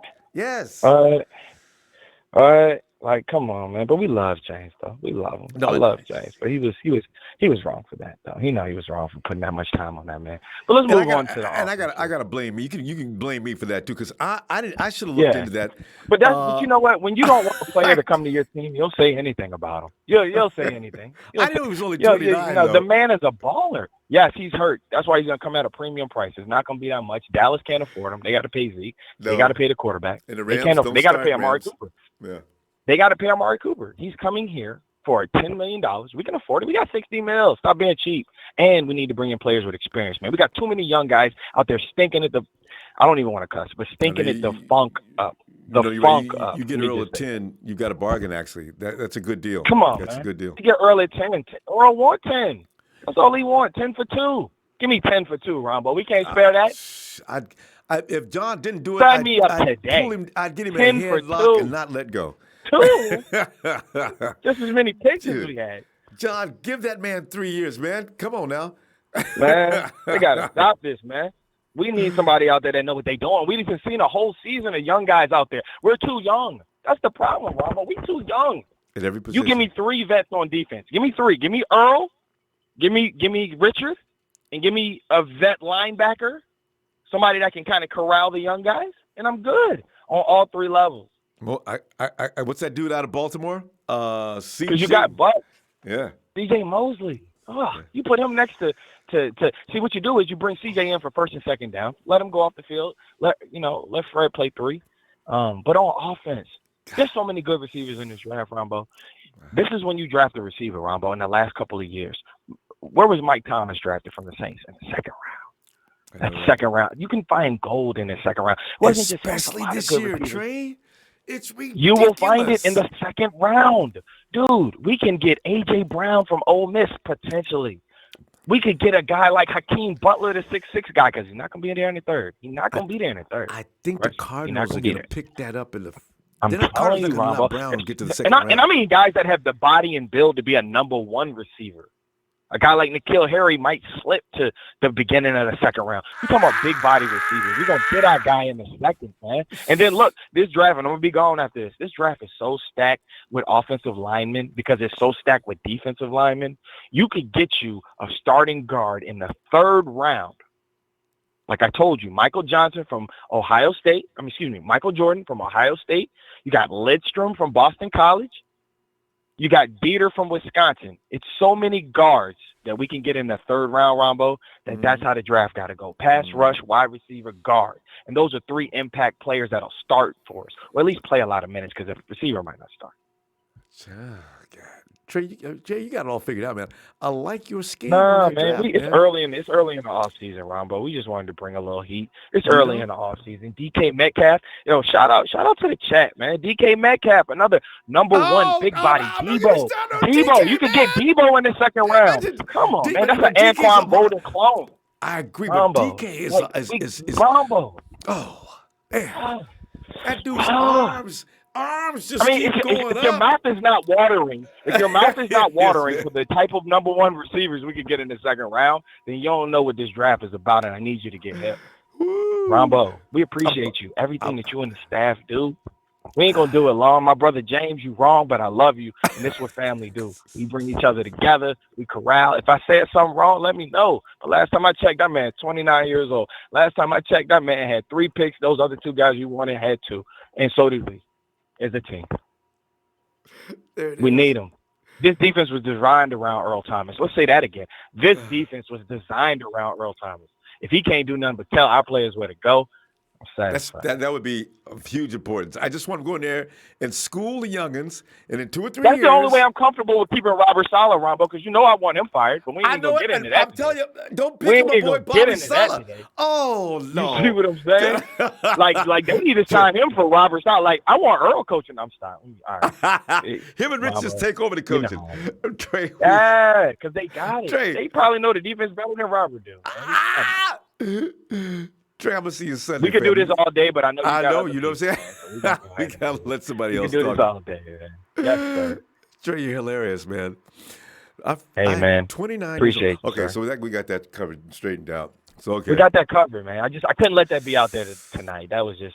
I can't believe Chris Schultz didn't say anything. Chris, I can't believe Chris Schultz. No, because people want to. They when you want something bad enough, you know. How Chris, he wants Earl Thomas as well. He was saying everything about it. He says we gave him grief for wanting Earl Thomas, but he didn't say anything about James saying he was 31 years old. So it's kind of hilarious. All right, anyway, he's 29. Let us all make that correction now. Put that down in your tablet or wherever you store your information. He's not 31, he's 29. We'll be back. Shout out to Razor, because Razor know what we need. Shout out to my partner. Shout out to you, Ronbo. Shout out to Yandra, the whole TNT connection, man. Shout out to everybody. Trey, you have a great night, you mean man, you.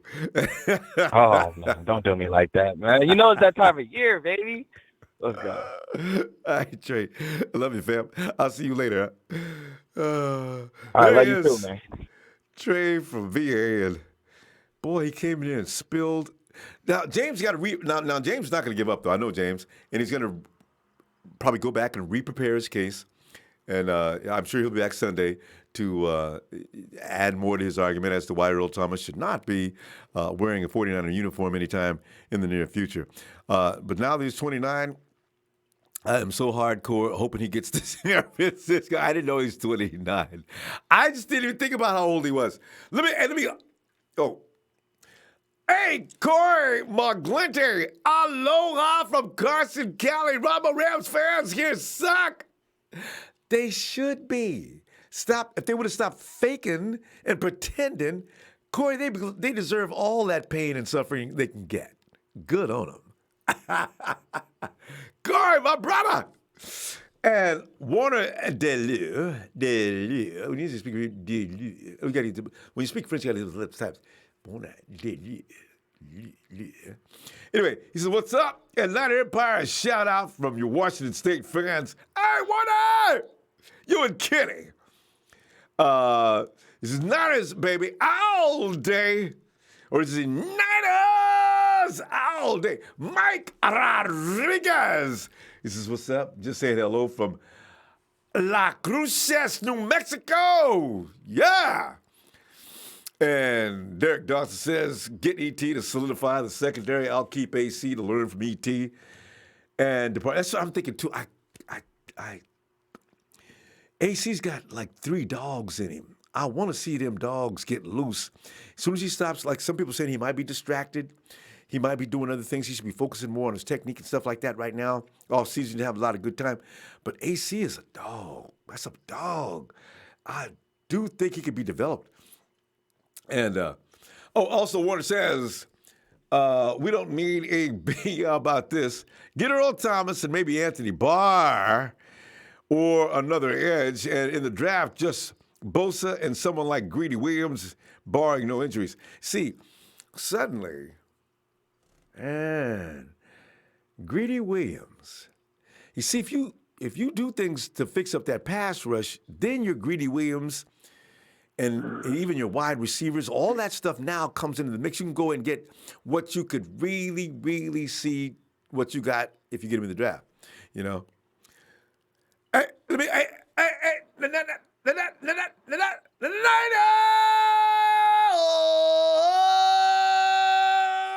run. The Rock. Boy, I love it. Boy, you give me adrenaline every time you do this shit. What's up with you, bro? Rod, man, I tell you. And Rod, you know, so funny because you have been a part of some of the most hilarious conversations I've had on Twitter. You didn't get back to us the other day, though. It went to the next level after we got through. And now we got Will Blackman trying to slap 49er fans into thinking that we ain't shit. And I loved it, boy. Will took out and went after one individual. And I never seen that before.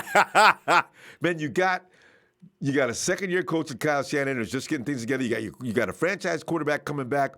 You know, you don't need to worry about jinx. You need to have faith. I said, oh, hallelujah. Hey, man. Yeah. I says, let's go. So, yeah. But, Rod, you know, you got Earl. I just found out he's 29. James had me thinking he was 31. Now I've been corrected. I want him more than ever now. And they say that we're ranked number 16. I think that's kind of respectful considering what happened last year. But what are your thoughts?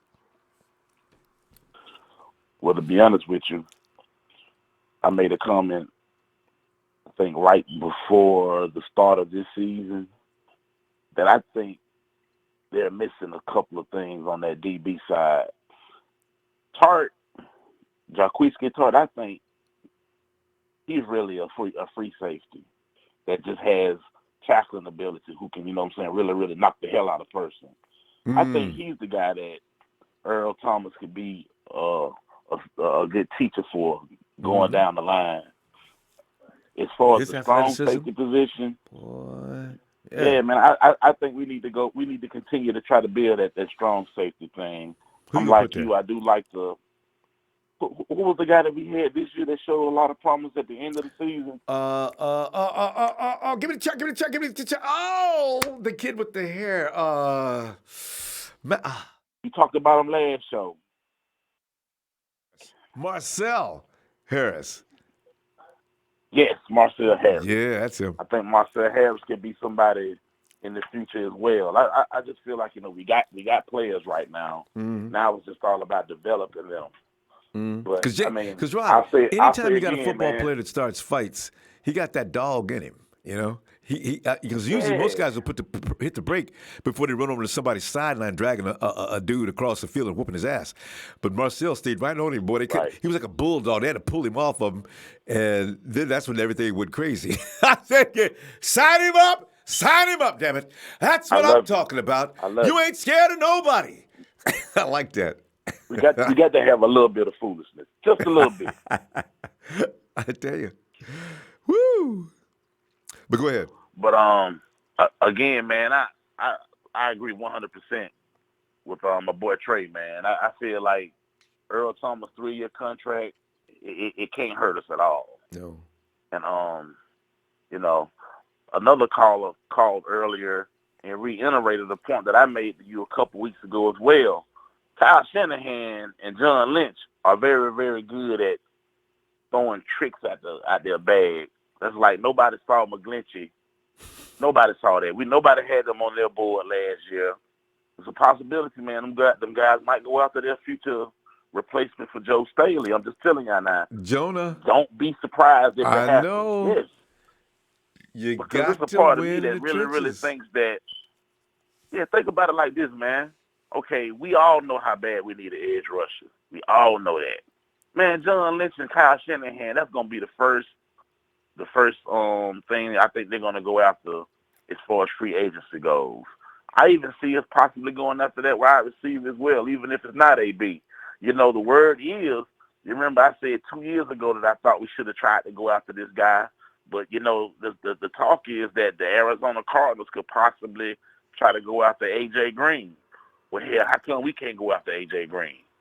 Well, now see, next year's the end.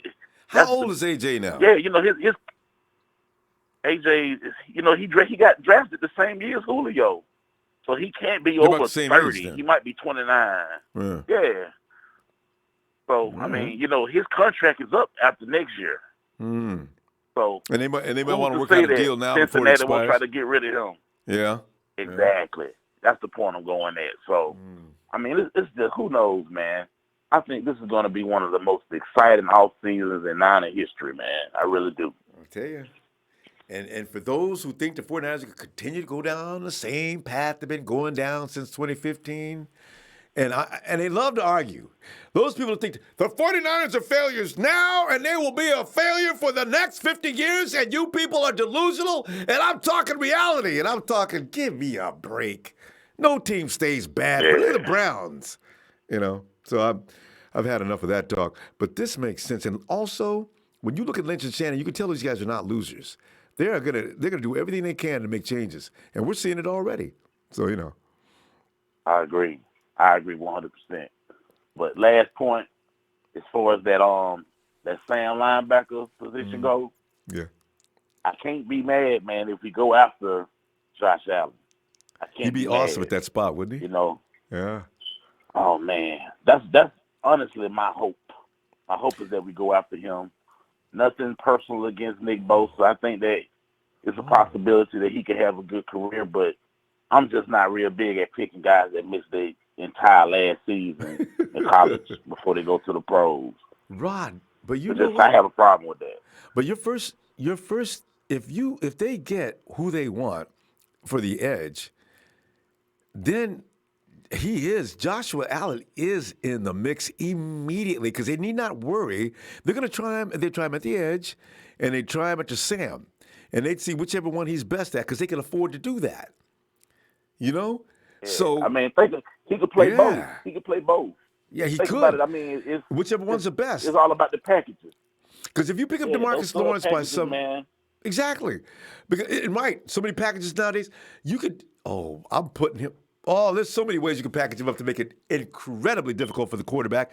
And when we play the Rams, he thinks he was seeing ghosts when they was playing against Belichick and crew. You get the right guy out of free agency to put on that edge and pick up a guy like now. Josh Allen is like, oh no, and I can see golf now, Coach. I'm going to tell you right now. On third downs, you might as well bring in another guy to quarterback. Because I almost got hurt last series. I'm done. You can bet we're going to get at least 3. I guarantee we'll get at least 3 edge rushers between the draft and free agency. Because that's the only way you're going to make sure you get that covered. Sweat too. I agree. That's the only way you're going to make sure that covered. You get 2 or 3 of them. One of them's got to work. Whew. Rod, we done ran out of time. Let's get back on this Sunday, okay? Hey, man, it's always good conversating with you, man. Yeah, and if I find some more articles on Twitter, man, you know I'm going to send them straight to you again. Yeah, all right. I'll be waiting, too. let me get you out of the down, right? Yeah.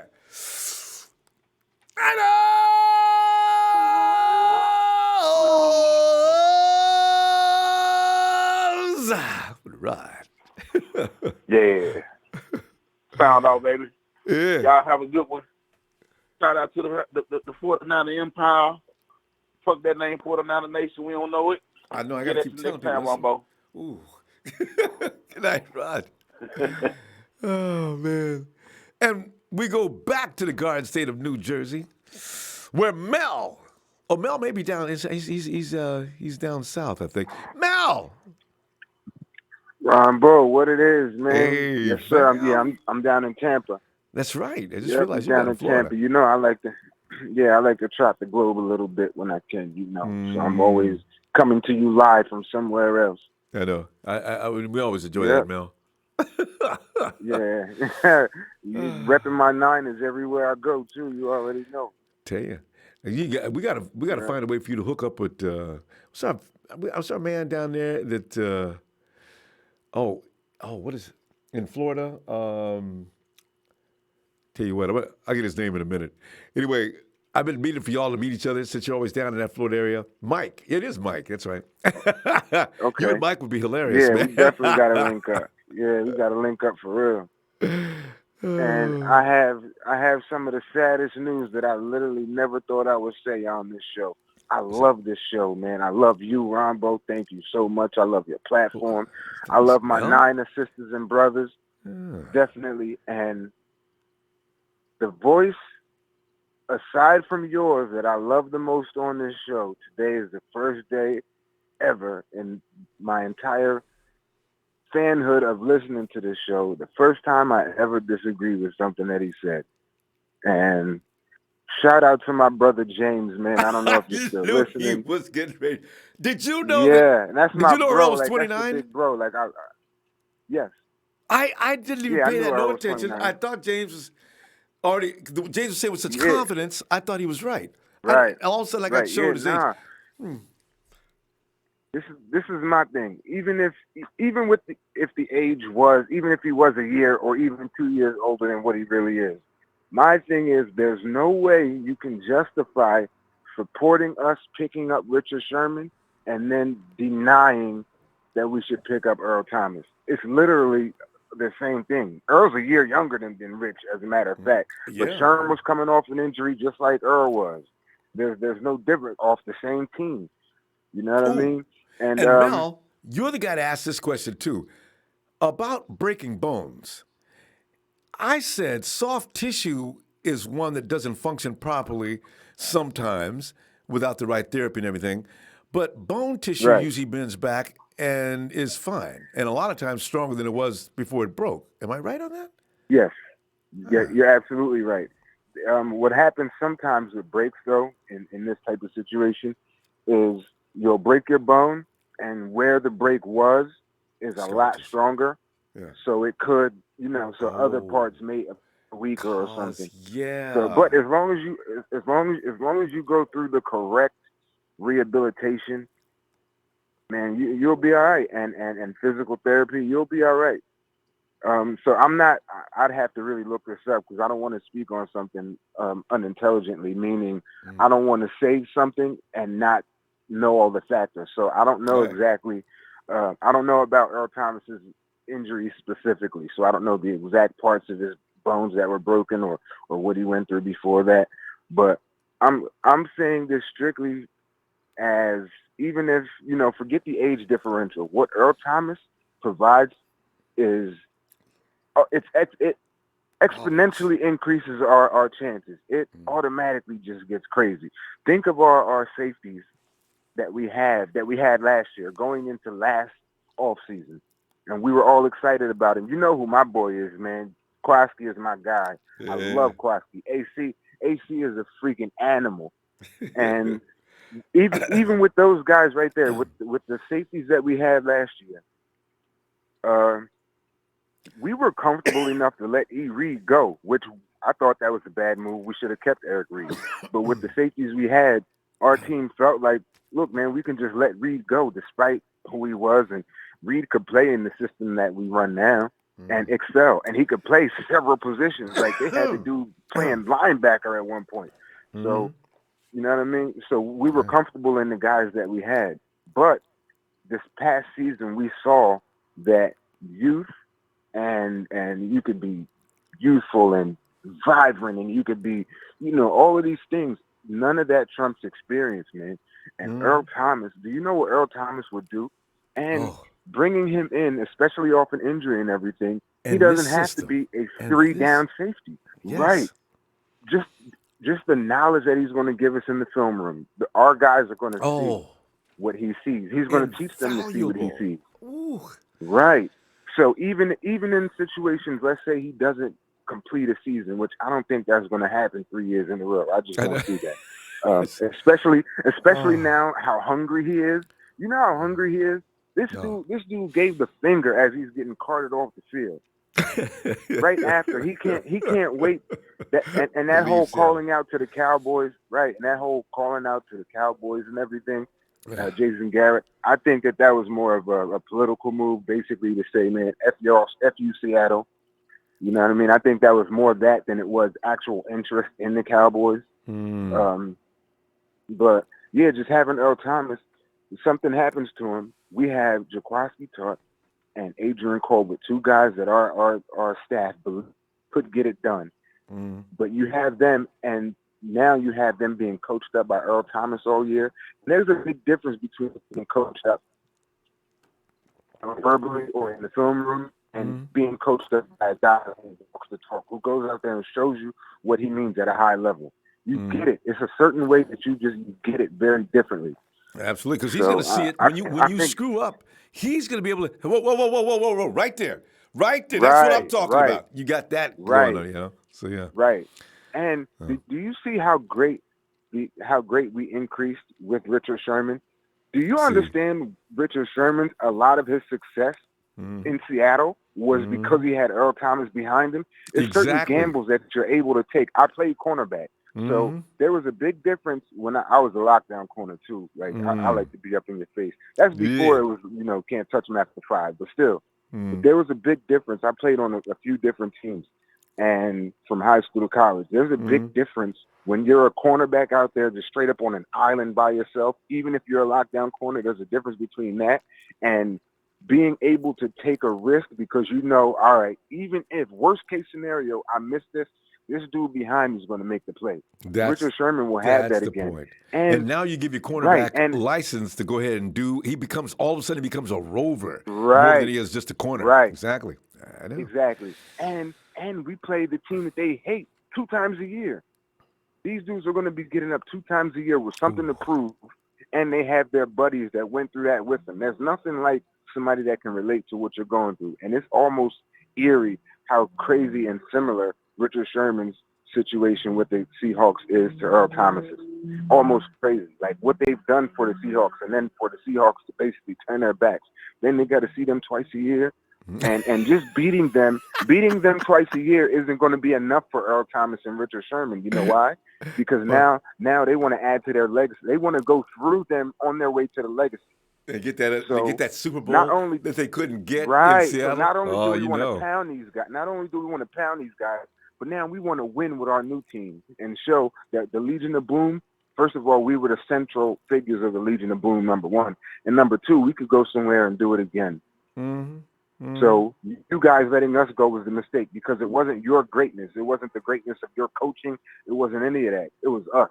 And we're Okay. taking a new set of guys and we're going and we're just wrecking shop. And You that's know, contagious, man. That it fire is. is And you know, contagious. John Lynch is thinking the same thing. And you know, he's going to want to make sure if he can get Earl Thomas behind Richard Sherman, they know it's over.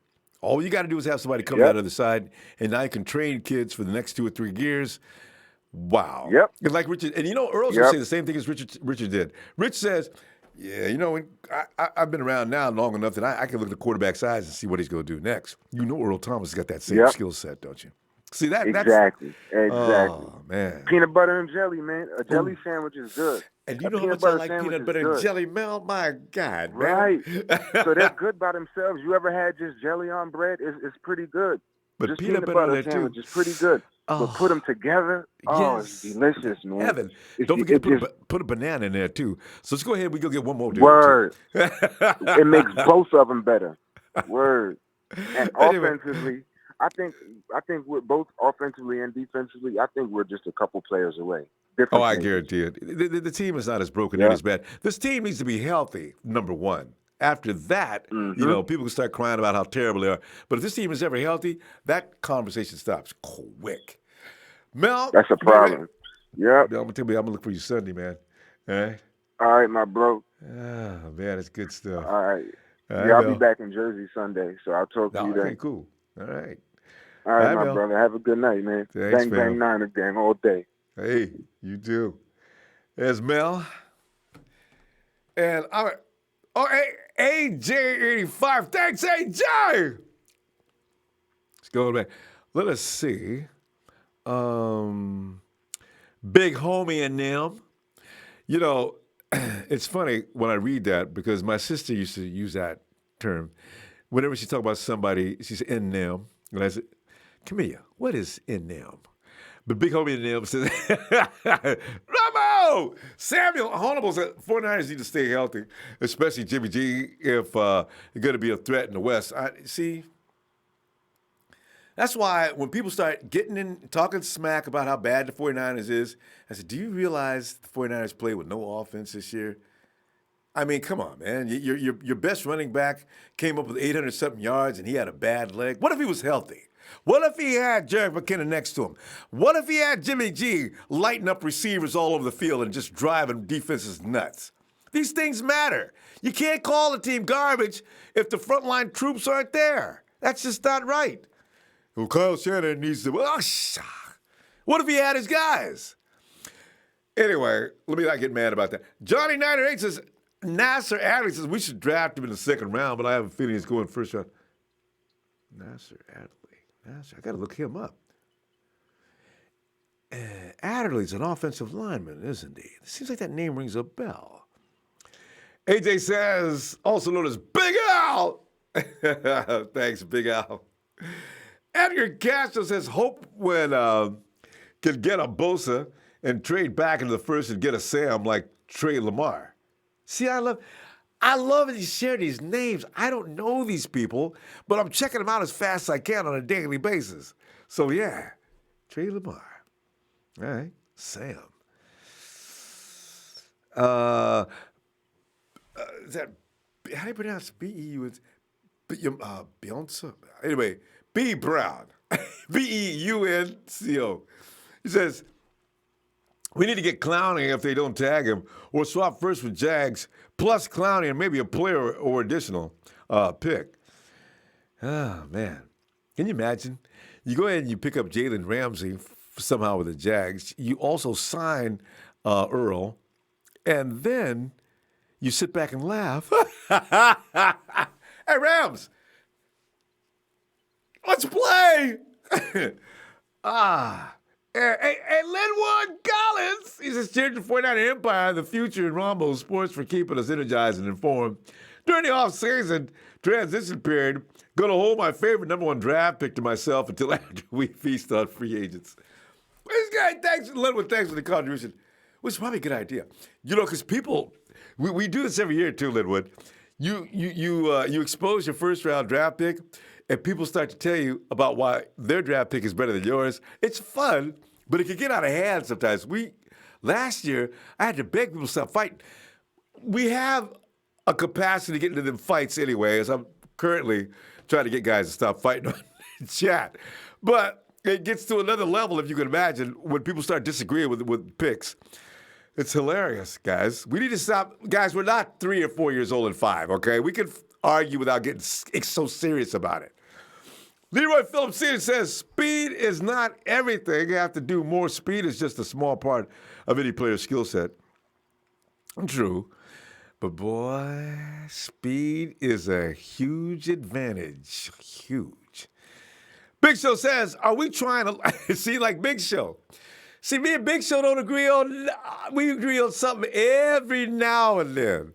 But 95% of the time, I don't agree with Big Show. But I don't hate on him or get mad at him or start trying to get him kicked out of nothing or anything. Come on. Just fight back. But you ain't got to get so intensely, weirdly serious. But anyway, Big Show, let me get him now, though. Big Show, are we trying to lose or win? Earl and Bosa, too injury prone. Stay away from them. And if you ask Big Show who he wants, see, he wants AB. I understand that. I want AB. I ain't got no problem with that. But we can't have all the free agents. If I got to be between AB and Earl, okay, shoot me. I'm under arrest. I know. But I'm taking Earl, man. Because the offense is not going to suffer, Big Show. The offense is not going to suffer as long as everybody's home. Come on and call in here, man. Arthur's on the phone now. I was waiting on him. Sean, would you come on in here, please? Yes, sir. How we doing, brother? How we doing, man? Sean, we doing so good, man. And Sean, you know what I'm hoping for in a couple of years? How old is the little girl? She's 5. Oh, she should be able to talk football by the time she's 7? I'd love to hear what you've taught her. In fact, sometime during the week I'll throw her on there, man, because she'll surprise you. You know, she's already talking about. She'll surprise you. Yeah, man, we was at the children do not surprise me anymore, Sean. They're so brilliant now. I think it's the internet. Is she on the internet? Because parents nowadays, and you got your work cut out for you. You need to stay up on everything in order to stay ahead of your children. I've had some friends of mine say, you know, my kid actually put me in my place a couple of times, and I'm going to have to stay up on things where he's going to have me doing what he says. Yeah. Yeah, That's there's scary. because there's a lot of times where you'll see me post on when you got your YouTube thing going where you see me post, I'll be listening, bro. So I'll be having you on speakerphone, man, and she listens, man, and like tonight we had our daddy daughter dance, you know what I mean? And Yeah. when we came back, she was like, "Are you gonna get on the Ronbo show tonight, Daddy?" And she already knew. She already knew, you know what I mean? So she's That's great. and yeah, it is Uh, great, man. It is great. But I hear both sides of the talk with this Earl Thomas thing. I right. really do. I hear both sides of it. Both points on both sides are very valid. I mean, they really are. But when we sit back and think about this for a second, considering all the injuries that we went through, and I know people are saying, yeah, Sherman, he came off injury, he came in and whatever, but man, and somebody's saying that, there's a lot of similarities between Sherman and Earl Thomas and all that. I got that, but going through what we went through with serious injuries, I don't know. I really don't know if John Lynch is willing to take that risk, to pay that money for Earl Thomas, to bring him in here, and just to have him pay him that type of money to be in the film room. Yeah. I don't know, Ronbo. He's smart. He's a smart player. I mean, he's one of those type of players that that you see once every few years. He's got Generational. He's an athletic specimen. Yeah, he's an athletic specimen. He's smart. He knows the game. But that's risky, man. And I'm gonna piss a lot of people off by saying it, but it kind of reminds me of like bringing in a fucking Malcolm Smith type shit, and don't get me wrong, I would love to have Earl Thomas. I really would. If I knew he would be healthy, absolutely. Yes. But It's understandable. If the Cowboys are really considering, Earl Thomas, I mean, being what they got at the safety positions over there ain't that strong. I would rather, don't get me wrong, I'm looking at both sides of the fence, but that's too fucking risky for me, man. That just seems real risky to me, And I know they're saying because he had a rod inserted in his leg, and they're saying that that rod will help prevent a fracture in the future, which is good. It sounds good, but in the NFL game, man, that's all right if you're just walking around on the streets, Jack. You know what I'm saying? But when you in the NFL game, that's a whole fucking different animal. Yeah. I mean, don't get me wrong. I would love to see Earl Thomas in the red and gold, but I just really don't feel like that shit is gonna happen. That just seems too risky to me.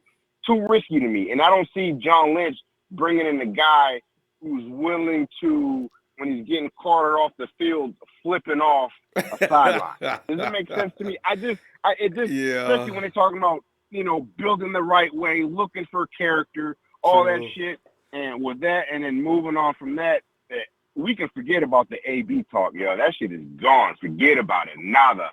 Done. It's over with. I don't even want to hear about. Why do you say that? Why do you say that though? What do you know? What's happening? Oh, it's the speculation of too much shit going on. John Lynch, look, this is the third year of going into fucking John Lynch's contract with us. He's not taking the risk on any more bullshit. Straight up, he's not gonna take that type of risk on AB. Jerry Rice can vouch for him, or anybody else can vouch for him. I know that they're saying that he pushed the girl down and she hurt her wrist, or some people are saying that's just something that was set up by either AB or whoever else. Forget about it. AB ain't coming to the Niners. We can stop that talk. It's that shit. He's not taking that type of risk. He's just not gonna do it. He's not gonna. We're gonna John, get it. Let's have a moment of silence for the Big Show. As you said, that Big Show fell off whatever he was sitting on and landed on the floor hyperventilating. Get up, Show. Get up. All right, go ahead, John. No, I mean, look, we're gonna get us a wide receiver. It just ain't gonna be AB. You know what I'm saying? It's just not gonna be AB. And I love AB. The boy can ball. Oh, he can ball. And I wouldn't have mind AB until this shit happened or whatever happened in Florida. It's too risky, man. we've been down this road, and especially with the Reuben Foster thing. He done fucked up a lot of opportunities for the next Didn't man he, though? who might have made a mistake Well, in the that's the future. gospel truth. You know what I mean? So John Lynch, we ain't worrying about AB. I mean, unless AB can pull some fucking miracle and all this crazy shit, I really don't feel like that's happening. And I also don't feel like Red and Gold is going to take a risk on Earl Thomas. As much as I would like to have Earl Thomas on this team, I really would. I just don't see that shit happening, man. I really don't. I don't see it happening. I don't. Because think about it. What do you think it's going to have to take to pay Earl Thomas to get into the Red and Gold? Well, now somebody suggested $10 million. I don't know where they got that number from. Oh, Trey. Trey believes $10 million would do it. Okay. In a 2-year contract. $10 million a year, right? Is what he's saying? Yeah, 10 a year. I know 2-year contract. And you know, I got all excited. I said, give him 3. 2 year, 10 mil. 2 year, 10 mil. No, $10 million a year. More than $10 million a year, 2-year contract. Okay. Okay. Yeah. I honestly just don't see it. I'm not saying that it can't happen. I would love to have Earl Thomas on it, but what I'm saying is I'm trying to put my mind in how John Lynch would think. You know what I mean? Yeah. Not necessarily how we feel as fans, True. as fanboys of Earl Thomas as a free agent, or fanboys as AB. You know what I'm saying? I'm looking at it as if I was John Lynch, if I was the brass with the 49er organization. Does that make sense? That's how I'm looking how at would you it. do? And I know. I I agree with you on AB. I just don't want to hurt Show's feeling. But as soon as they heard about the police getting involved with AB in any way, even if it had been a traffic ticket, it was done. They was done. I know. It was done. I know. Yeah. They can't stand it. Look, John Lynch is not gonna. He's not gonna sell out for that. He's not. He really isn't, man. I just go ahead. And also, they got to be traumatized. I mean, they're not necessarily. I'm not calling them racist, but they're probably sitting there thinking, let's avoid brothers that got police coming out to the house. You know, I know they said it. Right. I tell you what, Sean. You know what? If you and I was in charge, we'd be saying the same thing. That's why sometimes I just think about the truth is, you know, that ain't gonna be the last time the police be coming out to the house. I don't want to be bothered with that. You know, so there's gonna be more of that to come. And even if she's just lying and saying shit out of spite in the future, you're gonna be hearing more of it. You know, here he is. We release Reuben Foster, then we bring in AB with fucking domestic violence. It ain't gonna happen. And Sean, it ain't gonna fucking happen. And Sean, that's AB's baby's mama. Yeah. She was coming by to get some money for the hair. She just got her hair did. She said, Antonio, you gonna give me my money? Antonio! And, you know, and Brown doesn't even let her in, right? She's supposed to be standing outside, wait till he comes back. She positioned herself in the door so he couldn't close the door. He got mad. Get out the door. What? Where's my money? Get out the door. And you know how it goes. And the first thing they got physical. Yeah. See, call the police, Antonio Brown. Say, I got a trespasser on my property. No. You had to put your hands on it, and from that moment on, you was already in the wrong. Now you're in trouble. They don't use good judgment. This is why I get mad at these dudes, because they don't think. Come on, man. Let's go get your stupid trouble. And you hit the nail right on the head. That's the baby mama. He gonna be linked to that woman for the rest of his life. For years. For the rest of his life. Until she's 18, 19, or 20. I mean, it's just the way that it is. You know what I mean? I mean, it's just, like I say, I like AB. I like his style of play. The boy can ball, man. I mean, really, fucking AB is just amazing. You know what I mean? But put in the perspective of how the brass is thinking, they're not going that route with AB. They're not going that route with AB. And with Earl Thomas, with all the injuries, I think they've had enough of that shit. I don't think they want to go out there and take the risk on Earl Thomas. Sean, I think we've heard enough people's feelings. You and Earl, me and Antonio. Well, we both agree on Antonio, and let us continue on Sunday. All right. And I'm looking at it from both sides of the fence, y'all. I really am. I love them both. I do. I like the style of play. I'm not saying I don't like these guys. I'm just looking at it from a different point of view. You look at the whole picture is what you're doing. You look at the whole thing, and you look at the whole thing. Some negativity's in there, and you're right. All right. Yeah. Yeah. All right, All right, Sean. brother. I'm out, Man, man. fam. All See right. you Sunday if you get some time. Yes, sir. Oh, man. And you know what's so fun, fam? Nowadays, we can hear more from Sean because the little girl's growing up now. She used to be, a little girl, and Sean had to, in order to save us, her having her moments. Sean just waited till she turned 5. Don't you love it? Sean's a cool dude. And Theandra, what you doing, girl? Thank you, Theandra. Yeah. And Razor wants to make sure that we get. We need to get Chris on the GM show. Boy, that would be funny. I could see. Boy, that'd be great. Chris, if that means Chris will be shouting the whole time because he always writes in caps. I'd love to see it. All right, you guys, listen up. You sucks. The reason I'm going to take this guy in the first round is because I think he should be there, and you guys don't know shit about football. I can see Chris now. Chris, we had Chris, but you know what's so funny about Chris? He called in one time, and he was kind of quiet and polite. So he's not like what you read. He's not like that, actually. I was just joking. But it's hilarious how he never uses, he always has his cap. The cap's always on, Chris. You scare people with the caps. David Serro says, Thomas would click quick with Sherman, but Collins is younger and, in my opinion, just as good. Yeah, Collins is a box safety, though, I think, more than he is an over-the-top safety. He doesn't possess that kind of speed and instinct and quickness. He will knock you out if you're coming down to the wrong part of the field. But I kind of like Marcel Harris. We'll see. I don't know what the 49ers are thinking on that. Samuel Hannibal says 49ers need more depth on the offensive line. No problem with that. That's why I want that kid that did such a good job against Montez Sweat if they can get him, especially in the interior of the line. Yeah, exactly. Especially in the interior of the line. Warner Jonah Williams is just a guard, though. Who needs a guard? Us! I would love him, but not second overall. We need defense first. Yeah. There's not going to be... And I heard he's not a Quentin Nelson that you would take in the first round. But didn't Quentin Nelson pay off? What a gamble. You take a guard in the first round, and he's the most fiendish guard in years. I mean, he had Clowney, man. Clowney was bending him all the way back. I mean, you could see Nelson's body damn near touching his heels, but he would not yield.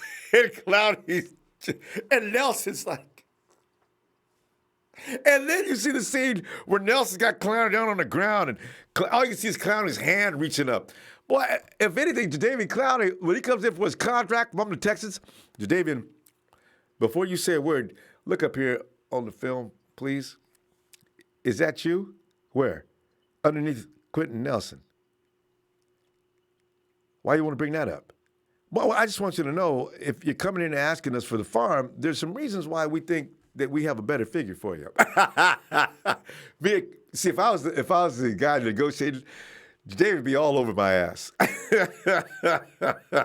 Salvador Babisi says, well, no duh.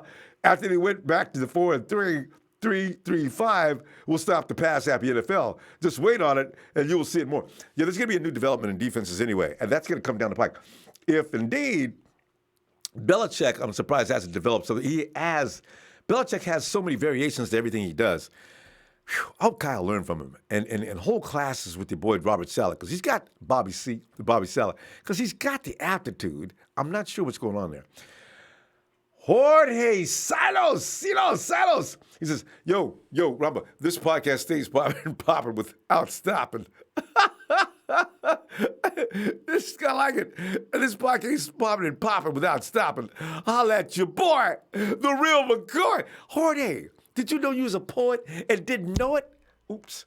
I like your rhymes. I knocked my microphone crazy. Oh, man. Too much fun tonight. Is it? And Rightful One says, what's up, fam? Lifelong Niner fan from Ohio. But now living in cowboy country, love Texas. I've been to Texas. I like Texas. Went to Plano. Got a friend in Houston. Been to Dallas. I just don't like cowboys. You know, the city area is great. But I can't stand these idiotic fans. See, that's what I'm talking about. I can't stand these idiot fans. Enjoy your night. Rifle One, thanks for the contribution, too, and hanging in with Dallas. Dallas has got some great restaurants, too. Them steakhouses, oh, my Lord. As I love it, you walk in some of, son, if you can handle that steak, you ain't got to pay for it. Y'all don't know me. All right, let's go. But the problem is, then they bring you several entrees. It's. Hey, listen. By the way, if you travel through Texas, some of the places they'd like to give you throw that big 20-inch, 40-inch porterhouse, whatever it is, in front of you, and see if you can eat that. You don't have to pay for it. Don't eat anything, but eat a little bit. Don't leave your stomach completely up because you'll eat too fast. I got a strategy about them places. Next time I go to Texas, I'm going back in there. I lost and paid for that meal. Cost me in excess of $20. Hey, Will! Ronbo, what's up, man? Will, man, we just sitting up here trying to figure out what to do with Earl Thomas. Is he coming? And then Sean came in with the truth. Trey came in with the truth. James struggled a little bit with the truth tonight. James, you don't play it, man. I love you, man. James didn't have the right birth certificate for Earl Thomas and had him at 31 years old. He's been saying that for a while now. Nobody corrected it until tonight. Trey came in, and then I popped it up on Google and it said it mentioned Trey's name. Trey is right. I said, what? Oh, my Lord. He's 29? So there you go. So I'm back on Earl Thomas trade. But what Sean says, do you take a risk on a guy that has been getting hurt a lot lately? That is scary to pay $10 million. So I don't know. Will, where you at on all this? Man, the way I'm standing right now, I'm talking to you, man, I'm just drained by all the non-common sense that I'm hearing right now on this podcast. I mean, tonight's word, 2 words for tonight. Common sense. Common sense, man. Come on, man. You know what it is, man. You got Earl Thomas out there, man, that can come in, fit right into the system with Sherman. You know what I'm saying? Get you your 2 edge rushers, man, out free agency, man, and get Quinn a win. Like I said, you know, I'm gonna keep saying this, man. I'm gonna keep promoting this, man. I mean, it's common sense, man. Yes, Earl Thomas on the field with the Niners, man. Plug him in, man. You know, I mean, because who else out there? I mean, who else out there that you can get? Who else out there? Who in the draft? Who in the draft is good, we say? And you got a trade to get. Okay. What's his name out of Texas? I think he's got another year in his. Wait a minute. Is he a free agent? Tyrann Mathieu, is he a free agent, or is that talking about making a deal? Man, Tyrann Mathieu ain't the same no more. He ain't the same no more. That's a good point, though. You don't hear nothing. I ain't ever heard nothing about Tyrann Mathieu this season. Too many injuries. So he's not who he used to be. So what is you? What is everybody saying, man? Y'all need to wake up, man. Y'all need to wake up and smell the coffee, man. I'm trying to tell you, man. You put that man in, man. The man has a heavy IQ. He has a heavy IQ, man. He knows the system. With him and Sherman combining the minds and getting the younger guys into the system, letting them know, man. You know what I'm saying? Just between those two, so much football knowledge in that position. Oh, right. And they'll tear Jared Goff up. Oh, right. I'm telling you, man. If you want to get a legit free safety in the NFL right now, you're gonna have to give up some 49ers to get them. You're gonna have to do it. If you want a legit free safety in the league right now that's balling right now, you're gonna have to give up what? You're gonna probably have to give up a couple of round draft picks and some players. And that's the route you want to do, or you just want, or do you want to just go ahead and get a guy that's a free agent that's not gonna be on the team next year. He's a baller. And look, Ronbo, and can get you turnovers. You know, the dude strips. He strip balls, man. He strip them. And he's Come lightning on, quick. man. But he reacts. He gets to where he's supposed to be. I mean, him and Rich, they know exactly where the ball's going to be at all times before it's even up. This is what I'm impressed with. So that's why I'm saying, I like Earl Thomas back there. I didn't even know he's 29. Let him come on over. I do worry a little bit about what James said, but you know what? Every player out there gets hurt. We got guys out there now that are rookies getting hurt. Look at Dante. Dante couldn't stay on the field for 5 minutes. It doesn't make any difference how many times you got hurt before. You guys are still getting hurt. Ronbo. Listen. Let me tell you something, man. James, my boy, man. But the only thing he been right about is Jeffrey Wilson.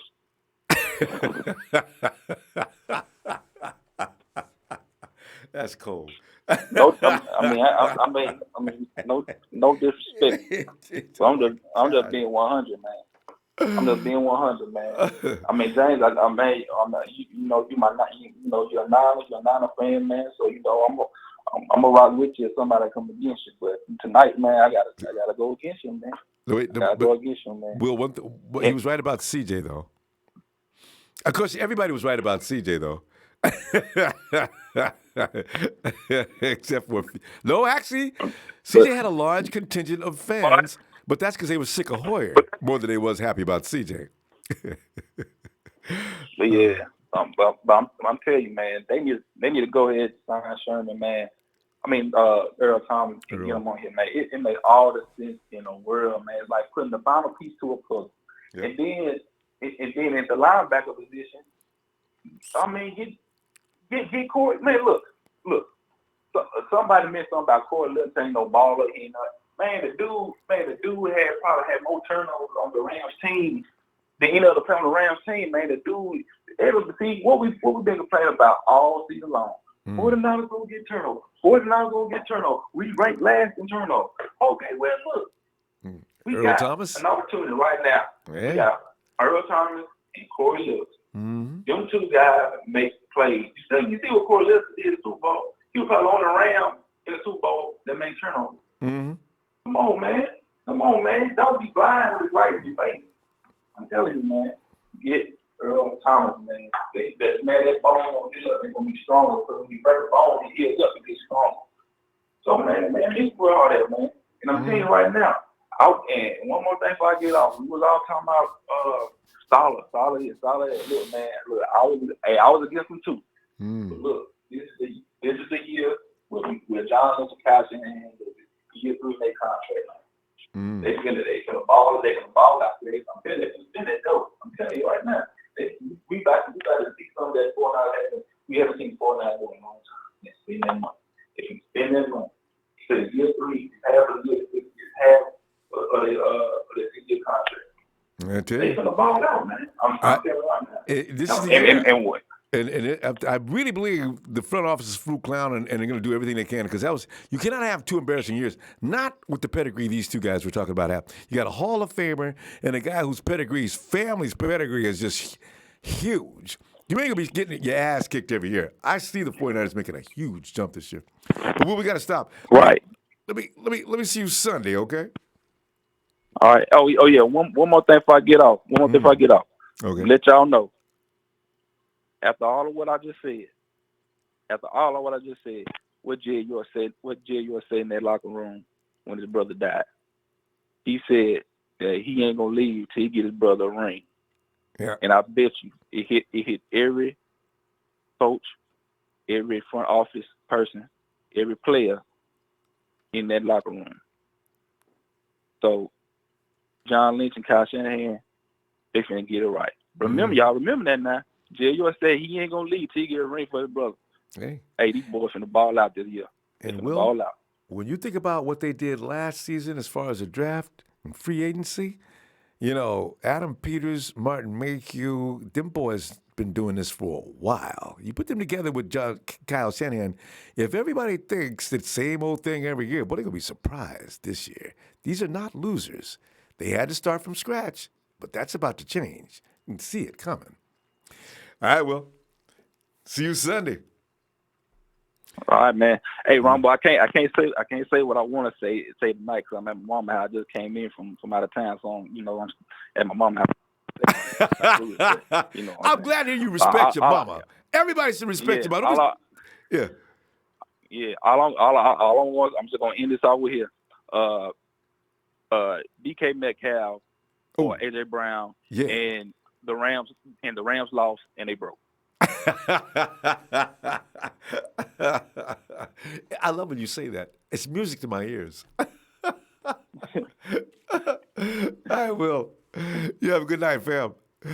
All right, you too, man. Take it easy. Yeah. You see, because Will is like in L.A., you know? So when he's driving down Sepulveda Boulevard, he looks out the window. First thing he should do is he walks by a Ram dude with a brand new shiny Rams jersey on. How long you been a Rams fan? And the dude's gonna say, why'd he ask? Because I've been driving down through it quite a few years. I had never seen you down here before. And the dude finally has to tell the truth. Well, I just got this jersey a few months ago. That's what I thought, man. And roll the window back and drive off. I'd be hassling Rams fans all the time. I really would. You bunch of comedians. Mark Laciolento says, draft Greedy. We might pick Jonah or Gary. You know? I'm telling you, man. I really would like to see the 49ers be in a position to draft Greedy. But you know what? Every time you read up a write-up on players, Greedy is, they say slow of foot, but that dude be, his 40 time, I don't understand the write-ups. Maybe somebody who doesn't want to see him get drafted wrote that up or something. It's just crazy. I don't know. Doesn't make any sense. Not Empire. I think he's slight of size, too. I think he needs it. But, you know, most good quarterbacks like that. Not Empire 77, what's up? Ray Jr. says, what's up? Thanks, fam. And Roger Villaneda says, what's up? Yeah. Hey, Roger, you said, what's up? How about that? How about the rain? Is that the Rams, you mean? Tommy Arcade says, Danny Amendola is about to get cut by the Miami Dolphins. Why? We have a great trade relationship with them, and we should get Amendola. Imagine Amendola and Welker and Taylor in the same facility. You know what's so funny about that? Guess who's worked with Amendola a lot in his lifetime? Well, you know what, though? We got a lot of guys in the slot. I don't know about that, though. Because we got three potential guys who can work out of the slot between Richie James, and I don't know if Richie's Amendola, but you got Richie James, you got Trent, and you got, actually, Dante could come out of the slot, too, because he runs all the routes. Chad Garrett says, I still definitely think the Niners will go after AB. I just don't see why not. The new coaches will help develop what we have, but we need that number one guy. But Chad, once again, there's an argument going on between a lot of us. A number one really means nothing in Kyle Shanahan's offensive system. It may mean that guy gets off a little bit more, but Kyle's still going to work the part. Remember when the game when George needed a few more yards? Kyle went away from George because he knew George was drawing a lot of attention. Maybe a number one guy can do that, but you don't need to be, per se, a number one receiver. Kyle once said, I'll be fine with a bunch of twos. That's the way it is. So using that for a reason won't work with Kyle Shanahan. You know, he just wants a guy that can run routes, gain separation, and he's got decent hands. If people don't call you a number one receiver, he's got no problem with that. Just be able to do that job because he's going to scheme you open most of the time anyway, as long as you can follow directions. So the heavy emphasis on the number one receiver, I don't think they're thinking that way. They're going to get AB just because he's a good football player. But he ain't going to be getting the ball all day. That's the thing. We still need a big wide receiver, though. I think Kyle is thinking that way, though. From what he said recently, let me get that name. That's O.G. Hen-E-T Tehiro. Anybody right? And then it's O-N-O-V-A-K-P-U-R-I. This is one of those names where whatever site he was on, it will accept that name. You're not supposed to pronounce that. Calvin Vincent says, 49ers trade down with Jacksonville. Jack, this is a typo. Sometimes Jacksonville guard. Okay, take DeAndre Baker, sign Earl Thomas, along with Sherman, and we could have a mediocre front seven. But you know what, though? The front won't be mediocre this year as long as they plug up that outside. Because, the guys who play in the interior, they haven't been that bad, but they can't get it done by themselves. We put a lot of pressure on people, I noticed, toward the end of the year. They're starting to move faster without thinking. That's what it's about. Panama Queen, hey! Skid Row Raiders. Panama, that's pretty funny. I like that. Their road team. Big Al! Ah! Come on in, Big Al. Ronbo, what's up? You hear me? I can hear you fine, Big Al. Yeah. What's up? Man, this has been a good conversation tonight, man. I knew Earl Thomas would be. Let me touch on Earl Thomas real quick. They said he had surgery. He got a rod put in his leg. Yeah. Okay, so I actually have a rod in my right leg from an old injury I got back in 2003. Okay. When I got the injury, I was about 165 pounds, right? Okay. So I started playing in basketball tournaments for my job, and now I'm 215. So I was playing, and where I had the rod put in, where I have the break at, I have inflammation in the bone. Uh-oh. So, yeah. So I don't know if it's the same leg that he broke, but, due to the fact that you have a rod put in, it's not 100% guaranteed that Your body will accept so-called it? repairs. Yeah. Exactly. Because I still have issues with it now when I try to, run up and down the basketball court. Oh. But if I'm John Lynch, look, man, we just came off of 2 poor seasons. I understand last season was due to all the injuries, but they don't have any more time to mess around. They need to go ahead and gamble a little bit, spend that money. Only way you going to, make a big splash, you got to take some risk. You got to take some risk. Me personally, we haven't been relevant since, 2012? Basically, because 2013, we got took out by the Hawks at the end of that season, right? 2012, we got taken out in the playoff. Right. Yeah. I don't, people, this is the San Francisco 49ers. Like this, we need to be talked about with the Steelers and the Patriots and you know what I'm saying? Like, yes. It's time to step on that gas pedal and go for it. Mm-hmm. Stop being cheap. Go out there and get these star players. You know what I'm saying? So as far as Earl Thomas, I would do it. So I hope to see him. And then what's the other topic we've been talking about? We was also concerned with the fact that the 49ers are it's something you don't really have to take real seriously, but the ranking of the 49ers right now in the middle of the pack. Is it accurate to believe the 49ers belong in the middle of the pack? Should they be lower? Should they be higher? Baker Mayfield and company is in front of us. We can't laugh at the Cleveland Browns anymore. The Hawks are in front of us. The Cowboys, for reasons unknown, are in front of everybody. I'm trying to understand, I guess that has something to do with how you ended the season. Yeah, I say F all that. We starting the season with a clean slate. Yeah. John Lynch got to do his thing in free agency and draft smart. As far as Antonio Brown, wanted to touch on that real quick. Yeah, we were on that. Go ahead. This happened in Florida, okay? That's the South, okay? Mm-hmm. Anytime my father and my uncles are SFPD, okay? All right. Anytime the police come to a residence and the woman says he put his hands on me, she cannot take that back. She can't say, I don't want to press charges. If what was going on was legit and he actually put his hands on her, Antonio Brown would have went to jail. He would have went to jail. Bottom line, especially in the South. The first time she says he put his hands on me, he going to jail. There's nothing else to talk about. So the fact that he was not arrested, it's a lot of holes in that story. And it's funny, it came out now. You know what I'm saying? Anytime an athlete speaks up a little bit too much, you got to think about it. These NFL organizations, they got a lot of power. They know a lot of people. You know what I'm saying? It don't take much to put propaganda out there.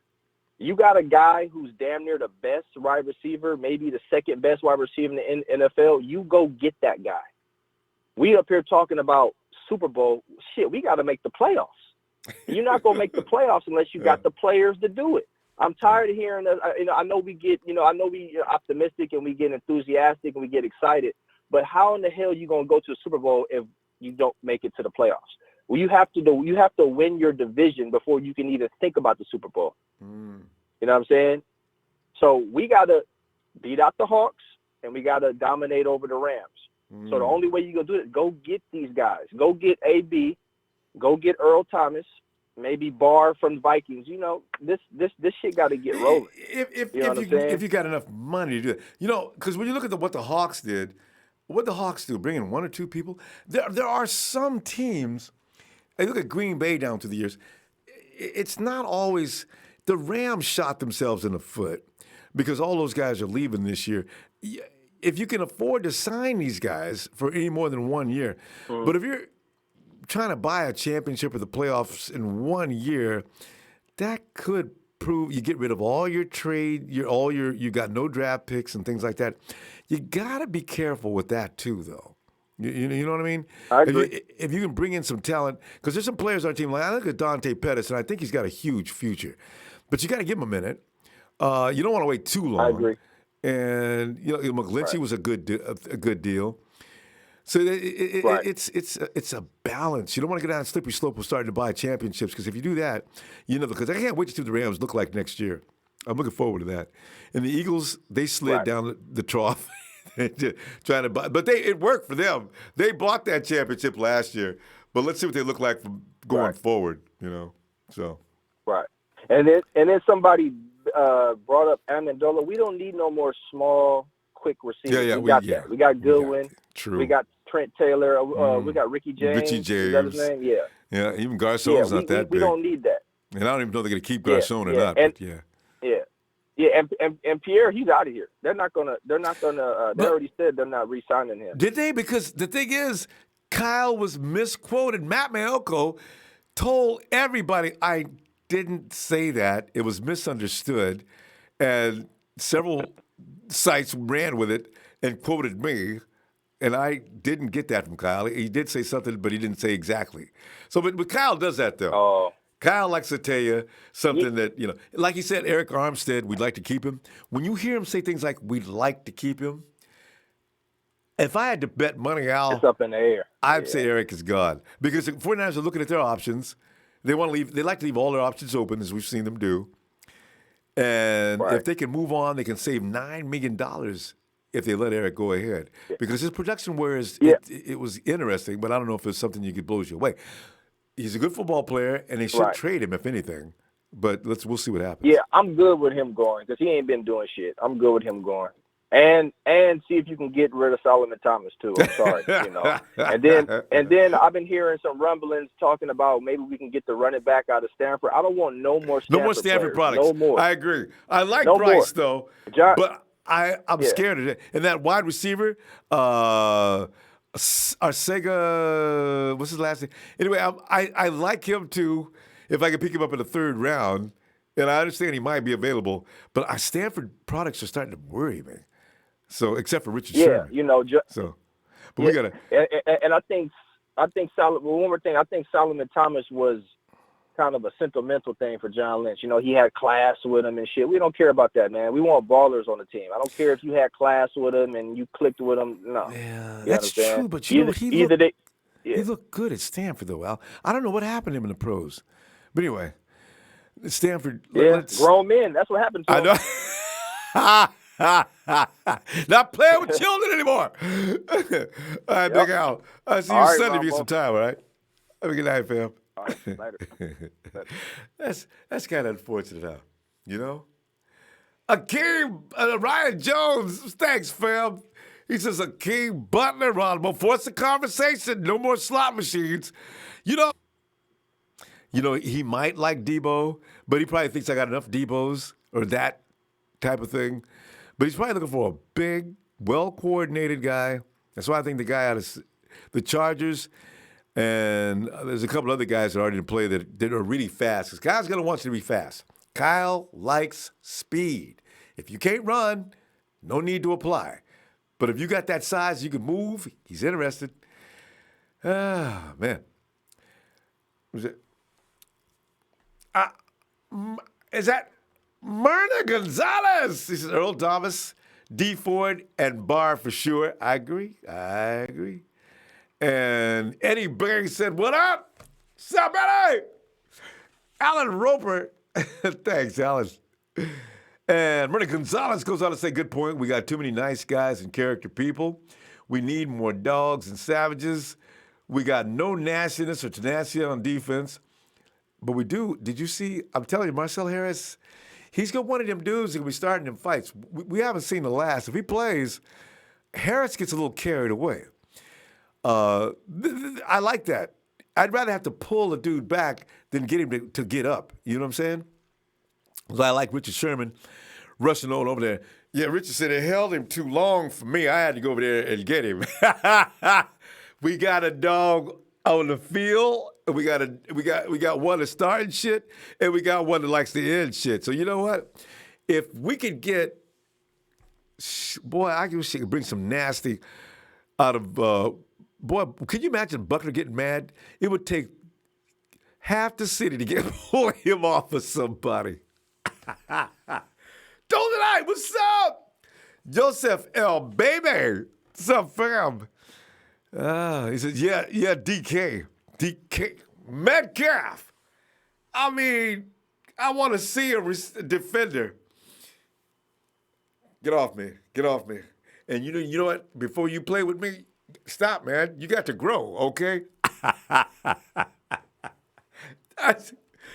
Damian Barres, what's up?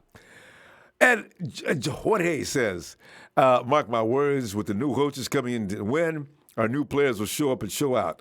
Showcasing talent, all impressively groomed up on game day. I sincerely believe that. I think there's a whole new breed going on there now. As soon as Wes Welker walked in, I knew, they're bringing in the real old gunfighter now, boy.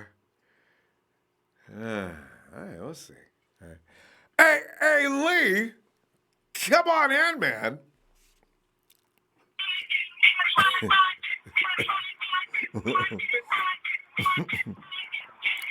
Lee, come on in, Lee. We gotta get started, man. I always love your music, though. Around New York. Oh, man. Well, Lee, you got Earl Thomas on the menu tonight, and there's still some conversations about Antonio Brown. And we are ranked halfway through the pack.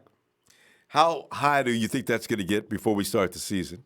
Because I'd like to see us in the top 10 or 15, at least. No. We're already in the top, nearly top 15. I'd like to see us at the top 10.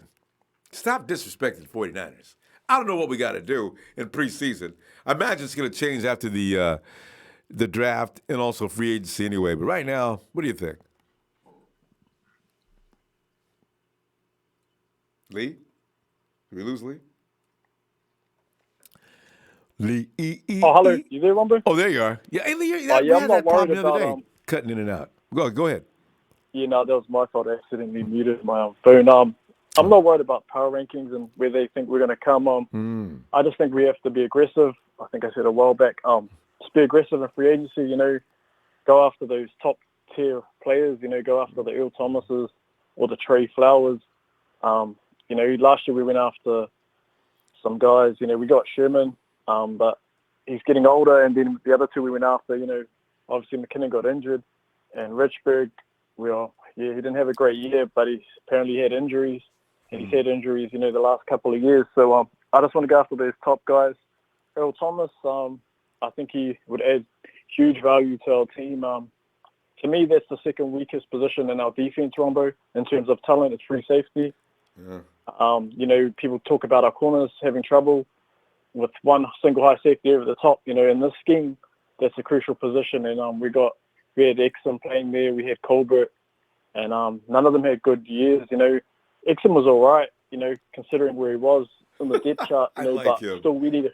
I hope he makes the team. Yeah, I think he's good depth too, but we need, you got to go after a guy like Earl Thomas if he's there. Obviously, he wants to go to Dallas, so hopefully someone like Sherman can persuade him to come here. And like I said, that other time we get to play against Seattle, and give it to them twice a year. So, twice a year. yeah. That's all Sherman has to keep saying on the Twice a year. phone. Earl, you can get back at him twice a year. 5 minutes later, Earl, did I mention you can get back at him twice a year? and both of us people, know where he's going to throw the ball before he even throws it. Oh, God. When guys are getting up in age, people worry about their age and they worry about injuries. And he's had a couple of injuries lately, but at the end of the day, like you said, it was a broken bone. It wasn't a torn ACL or ligament. Ligaments are the worst injuries, Ronbo, because you don't know how they're going to heal, You can sometimes not be the same. And Achilles, like what Sherman had, we're pretty lucky, I think, how he bounced back in his first year, He's that kind of guy. So, yeah, I think you got to go. I don't know how he got well, back so I fast. wanted yeah, but he's a real professional, everyone. But that he goes, he'll do everything to rehab that injury well. He's not a young guy, so he knows the ins and outs, and he's smart. So I seen Earl Thomas rehabbing. I think it was like a month ago or something, and he looks like he's just the same as Sherman. So I think he's going to come back firing. James, I was fighting. I was laughing because James and Trey are both two of my favorite callers, and I already had this discussion about Sherman with Trey Ronbo, and he sort of persuaded me, that Sherman is the guy Thomas is the guy to go after, not Tyrann Mathieu, because I wanted Tyrann last free agency. And the reason is, he before this injury this year, he was having like one of his best seasons he's ever had, Ronbo, and he is only 29, he's not 31. Oh, Thomas, yeah. Thomas, he only played, 4 games, but he had like 3 INTs in 4 games. What kind of production is that in that amount of time? That's crazy. Outrageous. Yeah. What a pace. He's more intercepts than our whole team, Ronbo. I know. In 4 games, That's so sad. And it's not just what he does, it's like he's like Sherman, it's what he can teach the younger guys around him. And, we really lacked this year. We lacked those young guys progressing, Akilo, they went backwards. Colbert, you got Tavares more there now. We need that, that experienced guys that know the system that can teach these guys and get them ahead, And we got some good coaches coming in. We got Woods from Denver, the DB coach, so hopefully he can help there. But you got to go after Earl Thomas, or even say we miss out on Thomas and he does go to Dallas. Then I think that's a position that really needs to be drafted in the first 3 rounds. And like I said, that guy out of Delaware, saying again that Nasir Adderley, Ronbo, to me, the plays that he made this year were better than probably anyone in the college football. And what I like about him more than anything is he's only a small guy, but he takes on 6'7" tackles, Ronbo. I seen him hit the 6'7" tackle straight in the face. He wasn't scared of nobody. That's a dog. That dog can overwhelm. That's what I like in plays. That dog, yeah. Man. Well, in that case. So, another idea before I go, Ronbo, I was thinking, how you do those GMs? Yeah. Shows? Yeah. You used to do those ones and you'd have two people at the same time. I thought about remember that. Those ones? But you wouldn't. You'd have them cutting each other off. But we got you set up. Coming in shortly. So stay tuned. I heard Razor and Chris going at in the chat talking about who's the better GM, and I was telling them, you guys should have a face-off GM on Ronbo. Razor said the key. You know what? I like that idea. Let me see if it's a tech thing. I'll see if that might be. That would be hilarious. But will Chris show up? Because you could even go back sorry, let me cut you off. No, I'm just saying, will Chris show up?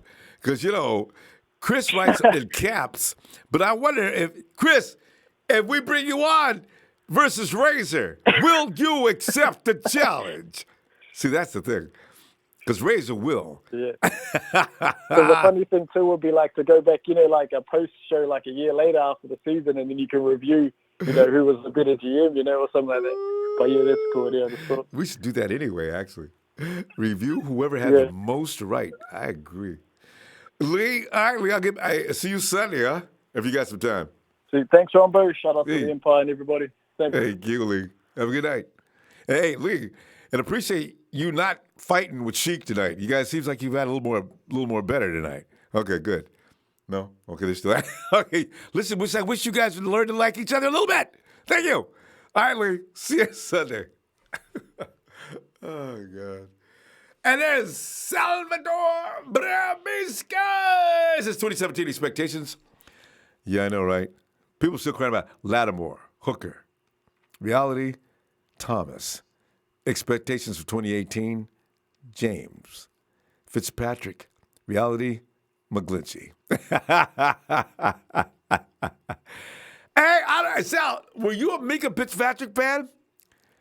And I got to tell you, honestly, when people started talking about Saquon Barkley, and it was right.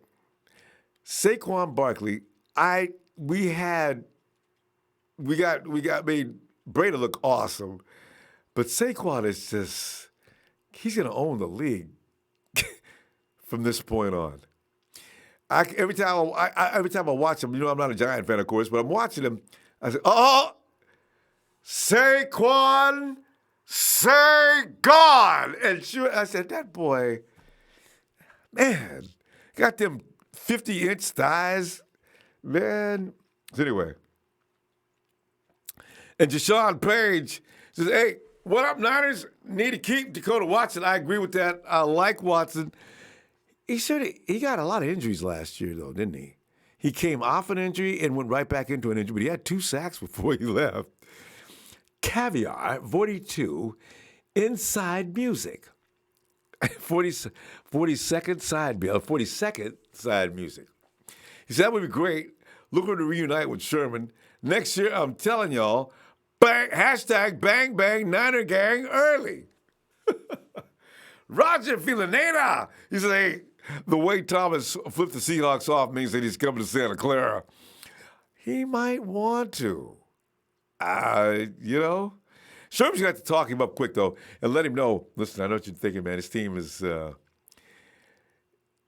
all we got to do is stay up at the hospital, man. This team will whoop somebody's ass to death if we could just everybody stop getting hurt. Nicky 6, we know Sherman has been in Thomas's ear, and you're right. Mount Kala, Earl Thomas, C.J. Mosley, and draft Josh Allen. Yeah. It's like Sal pointed out, though, the expectations versus what we really do. Oh, man. Uh-oh, there he is. As we roll to the southeast, he hails from one of the most incredible cities in America. It's Mike, the Hitman Hard. Mike, we ain't talked to you in days. Mike, come on in here, man. Hey, what's going on, Ronbo? Mike, man, I was just trying to say, Mel, man, Mike's down. Next time you drop in, you ought to drop in on Mel, and y'all ought to walk around in your 49er gear and dare somebody to say something. But Mike, You said Mel? huh? Yeah, Mel is. I think his auntie or somebody was just passed away, and he was down in the area. I think it was his auntie. Anyway, she used to be a Raider fan. Yeah, we was having fun with that the other day. He said they used to go back and forth. That's how come they were so close. They used to go back and forth all the time. So, Mel's, but Mel, you've heard him. Man. Mel's cool people. Oh, man, condolences, man. I had to, I ain't been on the show in a few, man, but, I make my appearances when I get on, man. But big shout out to you, Brother Ronbo. Thanks, man. Hey, I caught in, man, for a little bit, man, because, it's kind of late down here. Yeah, it is. Yeah, it don't matter, though. This is Sunshine State, man. It's always fun to be up. I just want to say, man, I just find it really, really ironic how many people were so anti-acquiring the safety this time last year with the possibility of a Derwin James type guy. And now a year later, fast forward to today, they want Earl Thomas. I just find that so funny. That you remember all that is incredible. That's true. Rumble, I remember a lot of things because when people say things, man, I don't think people understand what they're saying when they say it. And then, I sit back and listen to a lot of these people, which I stopped recently doing because kudos to you for having the patience to hear so much. I don't even know what to call it. I'm gonna just let the blank be filled. There you go. Good. You know, but again, you know, whether you wanted Derwin James or not, I'm not calling to talk about that, man. Much respect to my Florida State guy. He on the Chargers. I'm only here to talk about the Niners. But you know, if you don't want a safety because you have safeties, and that was your whole argument last year, all the group of people. My question is to you: why are you wanting the safety now? Is it because Earl Thomas is a high caliber? I don't think that's what it is, Ronbo. People just said we don't need a safety. They were convinced. They were adamant. We don't need a safety. Now that Earl Thomas is available, they want a safety. You know, so I just find it ironic, man. The safety was out of the question last year because we're loaded with safeties with Colbert and Todd and all these people. Now all of a sudden we need one. It's just like, come on, man. You know. And I can help you with that though, Mike. You know what ends up happening? Like you say, last year people talk about we don't need this, we don't need that. Well, reality bit halfway through the season. This happens every year too. All of a sudden, people revisit that moment when they said, we don't need no safety. Oh, week 6, damn, we need a safety. That's exactly what happened, you know? Yeah, man, it's too many names for me to call out by individuals, man, so I'm just going to address the entire group. You know, you guys know who you are, man. But, you know, I'm not going to really bash them. I just wanted to say it's ironic. That's it. That's all I wanted to say. But, you know, a lot of call. I don't listen to a lot of callers, man. To be honest, man, I don't know how you do it, Ronbo. It's so much of this going on. Like they call in, they say this, they say that, they talk off their emotions, and then they bash people for not agreeing with them, and then all of a sudden, and I'm as soon as we get through talking, I'm gonna address that because you know what, Mike, you know what, I'm gonna say something about that right now, guys. If you have an argument with somebody, I am not going to ban them unless they break the house rule. Please stop emailing me. I'm not gonna do it. If you have a disagreement with somebody, you take it up with them. But unless they break the house rules, which is racism and personal attacks, just disagreeing with you does not institute punishment. Okay, go ahead, Mike. Come on, guys. I've already asked you. Can we please try to get along? We're arguing ball. It's okay to have a difference of opinions. I'm sorry. Go ahead, Mike. No, you fine, brother. It's your show, man. I'm being respectful, man. I'll let you finish, man. I'm not in no hurry. No, I'm just saying. I don't understand what Mike. When's the last time? You know, I even argue with other people, other teams, but I don't want to call the police on them. I mean, they're entitled to their opinion. I mean, you know, that's what I'm saying. Use your own inability or your own ability to bring them down verbally. They don't need to be, you know. God. Yeah, I mean, you know, I'm gonna be honest, Ronbo. I don't participate on. As long as I've been a participant on your show, I have never engaged in the chat in about 2 years. I don't go in there for a reason. You know, people got a lot to say. They don't even call in, man. They talk on the chat. You know, they do the thing.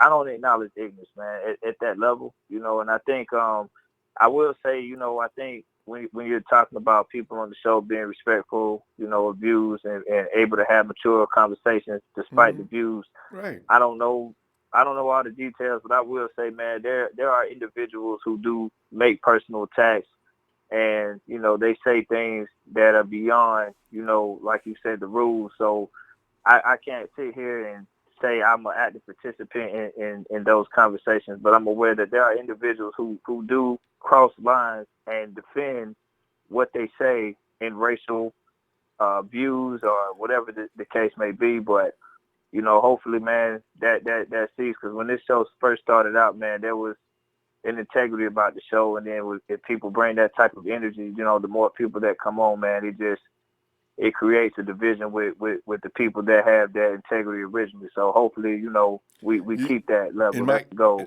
And Mike, you know what? Here's what I want. Listen, guys, because I'm maybe not catching it every time, but Mike brings up something I want to. What you do, instead of writing me notes saying ban this person on the grounds of, copy and paste. The rules are clear. If I catch you making racist remarks, if I catch you making unnecessary personal attacks, yes, we will get rid of you. This is what I'm saying. Conduct yourself in a way that it makes comfortable for everybody, or yes, we will say goodbye. So copy and paste whatever somebody said. You'll get one warning if you've been around here for a while, but if you continue to do so and you cannot conduct yourself in an adult fashion, if you cannot understand that we don't want that, then you can say goodbye. So, but if you're going to do something somewhere else or something else happens, that I have no right because I wasn't there to watch what happened. So that's why I said, you can't send me a note and say ban somebody because they were bad or racist or something, and we don't have any proof. And you can't bring something from another chat if you saw them somewhere on Instagram or whatever, But if we catch it, it gets dealt with. If not, then it probably won't happen. All right. But go ahead, Mike, because Mike, I just really wish people would just grow up. It's about the game. It is not. Yeah. You don't have to get anybody about their race. They were born in a way that they had no control over, and other things. Oh, man. Yeah, I mean, I don't, I'm not trying to, go off too much of the subject. I'm trying to stay on task, but since this is being brought up, Ronbo, I do respect the fact that you're addressing it as a man, and I would hope anybody who calls in on the show, or whether they decide to communicate on the chat line or whatever, at the end of the day, man, there's just certain things that can't be tolerated. Like, there are people who use the N-word loosely, you know what I mean? And or any other word that's offensive to people in the slang format and they think it's cool, or the B word, and knowing they have female callers call on here. At the end of the day, man, conduct yourself like you would when you at your job, man. You ain't going to be calling your manager that. You know what I'm saying? So don't, try to be across the board with it, man. I know this is a show for free for all, and we express ourselves, but come on, man. Like, it's a time and place for everything, man. You're on the show that you don't know people. You're not in the comfort of your house or your friends. You're on the show with strangers. So just be mindful. Everybody don't share your views. Everybody don't share your disrespect. And if it ain't going to be spoken on or speaking against, somebody got to do something to put it in order, or else it gets out of control. So, let's have some integrity here, man. We ain't no Raiders fans. We're not fans. Yeah, to get that mad that you'd reach into that basket. Come on now. Come on. Yeah. Come on. But, getting back to the subject, Ronbo, man, I ain't going to, give these dudes no shine and limelight, man. These guys know who they are, man. They like attention, man. So I just, them type of guys like that, they want that attention, man, and that's their life. That's what I'm talking about, the 49ers. Okay. Yeah, on the Niners though. But a lot of people outside of this forum are really, really hyped up about Earl Thomas, really, really hyped up about Antonio Brown, really, really hyped up about wide receivers for some strange reason. But at the end of the day, man, all I'm gonna say is, like I've been saying, man, and I'll sound redundant to a lot of people, but I'm gonna stand in my firm with my stance, and I don't care if I'm the minority on this show. That's fine with me. Earl Thomas, great player, phenomenal guy, but at the end of the day, same thing, man. We went from saying we don't need a safety to now we need a safety that we're gonna overpay and give us some picks probably and mortgage our future again. I mean, we've seen the Rams do that when they got their two secondary safeties, man. I mean, at the end of the day, they ain't got no picks. I'm just saying, they ain't got no picks. They ain't got no future. I think Earl's a free agent, though, right? I don't think they have to give up anything. Yeah. You don't really got to give up a lot, but, what you going to spend to get them? Well, then there's that, yeah. Like, my thing is, are we going to be able to retain our future superstars that all of these callers are not considering that are going to be good in the future? Because if we're going to pay a guy a healthy fee to make a salary being free agent, what about the players that are coming up due for a payday that is going to be really good breakout stars in the future? Are we going to be able to retain them guys? Because we ain't the only free agent we talking about getting. This is my point. Like, they talking about Earl Thomas, they talking about Antonio Brown. What about the players that we got that's young that we ain't even talking about investing in, that they don't even know what they're going to be in another year or two, man? Mike, I tell you what. You know what? That's just a fan thing. The 49ers, they don't care how bad we complain about them having money. You see a lot of forums, people said, and if the 49ers have more than $10 million left, they are failing. And I said, I don't know. We got to play Buckner, and what if Dante Pettis breaks out? There's a few rookies on this team. We got rookies right now that people over here sleeping on, man. I don't care what they say. George Kittle's got to be paid. Warner, George Kittle, Pettis. And we gonna have future players, man. So there's other players that are gonna be good for us, man. So it's like we really got to think about the future and stability. If you want to win now so bad and just say, hey, I got to have this awesomeness next year and I just want to do it big, then, ask Chicago, ask the Rams, ask Seattle, ask any. I got a long list of teams. But there's only one team that has stability and investing in their players for a long duration of their time, and that's the New England Patriots. And as much as I hate them dudes, I got to respect that they know how to run a team, don't they? Right. I mean, people can say whatever they want. They got Bill Belichick, they got Tom Brady, they got this. They got a stable squad. That's what they have. They free agent. And Mike, they got people. I'm going on the rant. No. I'm saying, Mike, you're right though. And the Patriots got people walking off this year. I don't think Trent Brown's coming back there next year. Belichick is like, if I got to pay you, you got to go. I'll figure this out. And he does. Like I said, man, he proves it. People can say all they want to say, man. You can't argue with facts, man. 6 championships speak for itself.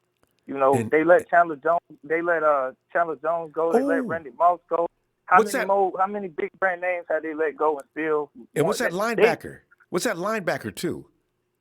They recently let go. Man, they got a slew of names, man. Belichick does not care.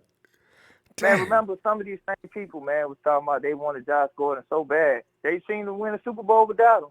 I ain't got to say no names, but it's quite a few of them. It ain't just Big Show. It's more than him. Yeah, I know. The Big Show's always the first one. We told these Ronbo, you heard me call him this many times. We told these people that dude ain't played in 3 seasons, man. And they want a guy who ain't even available, who's not playing, not because he's injured. He's not playing because he has off-the-field issues. Yeah. I tell you what, they won Super Bowl without him. Yeah, so, and that's where that organization is. They'll get it done one way or the other. I'm telling you. Mike, we're gonna go ahead and stop though. Go ahead, finish that up though. Okay. No, you can finish that thought. No, I just wanted to say, I'm done talking about Earl Thomas, man. On the Antonio Brown thing, I'm gonna finish with this. Again, after Michael Irvin, excluding the Rams when they was in St. Louis, how many big brand name receivers can you say that has won Super Bowls at the rate of a team that has won Super Bowls without a big brand name? New England got like 2 or 3 tight ends. It's always it's always the defense. 9 out of 10 times, it was the defense that won the game. So I mean, for me, I'm just gonna say I'm talking about big brand names. I'm not even going offense, defense. That's a combo for another day. I'm just saying big brand names. Period. Aren't a receiver are not bringing in Super Bowls at the rate of teams that do not have big brand names. Amendola, not Amendola, but Edelman. Mike, we got to go. But listen, at some point, do we call Edelman a superstar? I call him the hardest working blue collar guy in the NFL. But I can't call him a superstar. But he should be. I mean, every time Tom wins, it was because of Edelman. Hey, but Gronkowski, they got Gronkowski too, man. They got multiple tight ends. He is a superstar, though. My thing is they have multiple tight ends that give the production of one big brand name receiver, and they're winning at a higher rate. So that is the secret to success. And if you want to go outside of that just because you want to win now so bad and get this dynamic receiver, that never works. Go ahead and look like the rest of these teams. 1 year, one and done. Go ahead. Kyle's already said he's not going to build a team that way. I mean, I saw the other day a post. Kyle says he's going to continue to build a team the right way. So, people got to be patient, whether they want to or not, waiting for the 49ers because they're not going to do something crazy like that. Hey, Mike, always great, man. I don't hear from you. I ain't arguing with him, man. Yeah, what? I ain't arguing with them, man. They can say whatever they want to say, man. At the end of the day, fact is what it is, man. But thank you, Ronbo. I ain't going to hold you up, man. I know you got to go. Man. All right, Mike. Show, brother. Appreciate hearing from you, too. Talk to you later, okay? All right, man. All right, man. Take it easy. You. And Tongan Man 78 says, if we could get C.J. Mosley and Thomas and Graham, oh, man, it would be nice. Brown stats, who's having a better year, Pettis or Goodwin? Pettis, they were both out. They were both out too much. Oh, I hope the strength and conditioning coach can do something about this. They were both out too many games. Between the two of them, how many games did they play? 8, maybe 9? And San Francisco says, I can't understand why TB12 got this super fine. But he'd rather kiss an old gray ass You can't. We put that up there. Hey, Tom and Belichick, for guys that everybody in the media says do not like each other, they sure have no problem kissing, do they? And Edelman, of course, comes up. Oh, I love you, man. I say, hey, guys, come on, get a room. This is the romance I'm right on. The camera's right there. They know it. It's God. Oh well.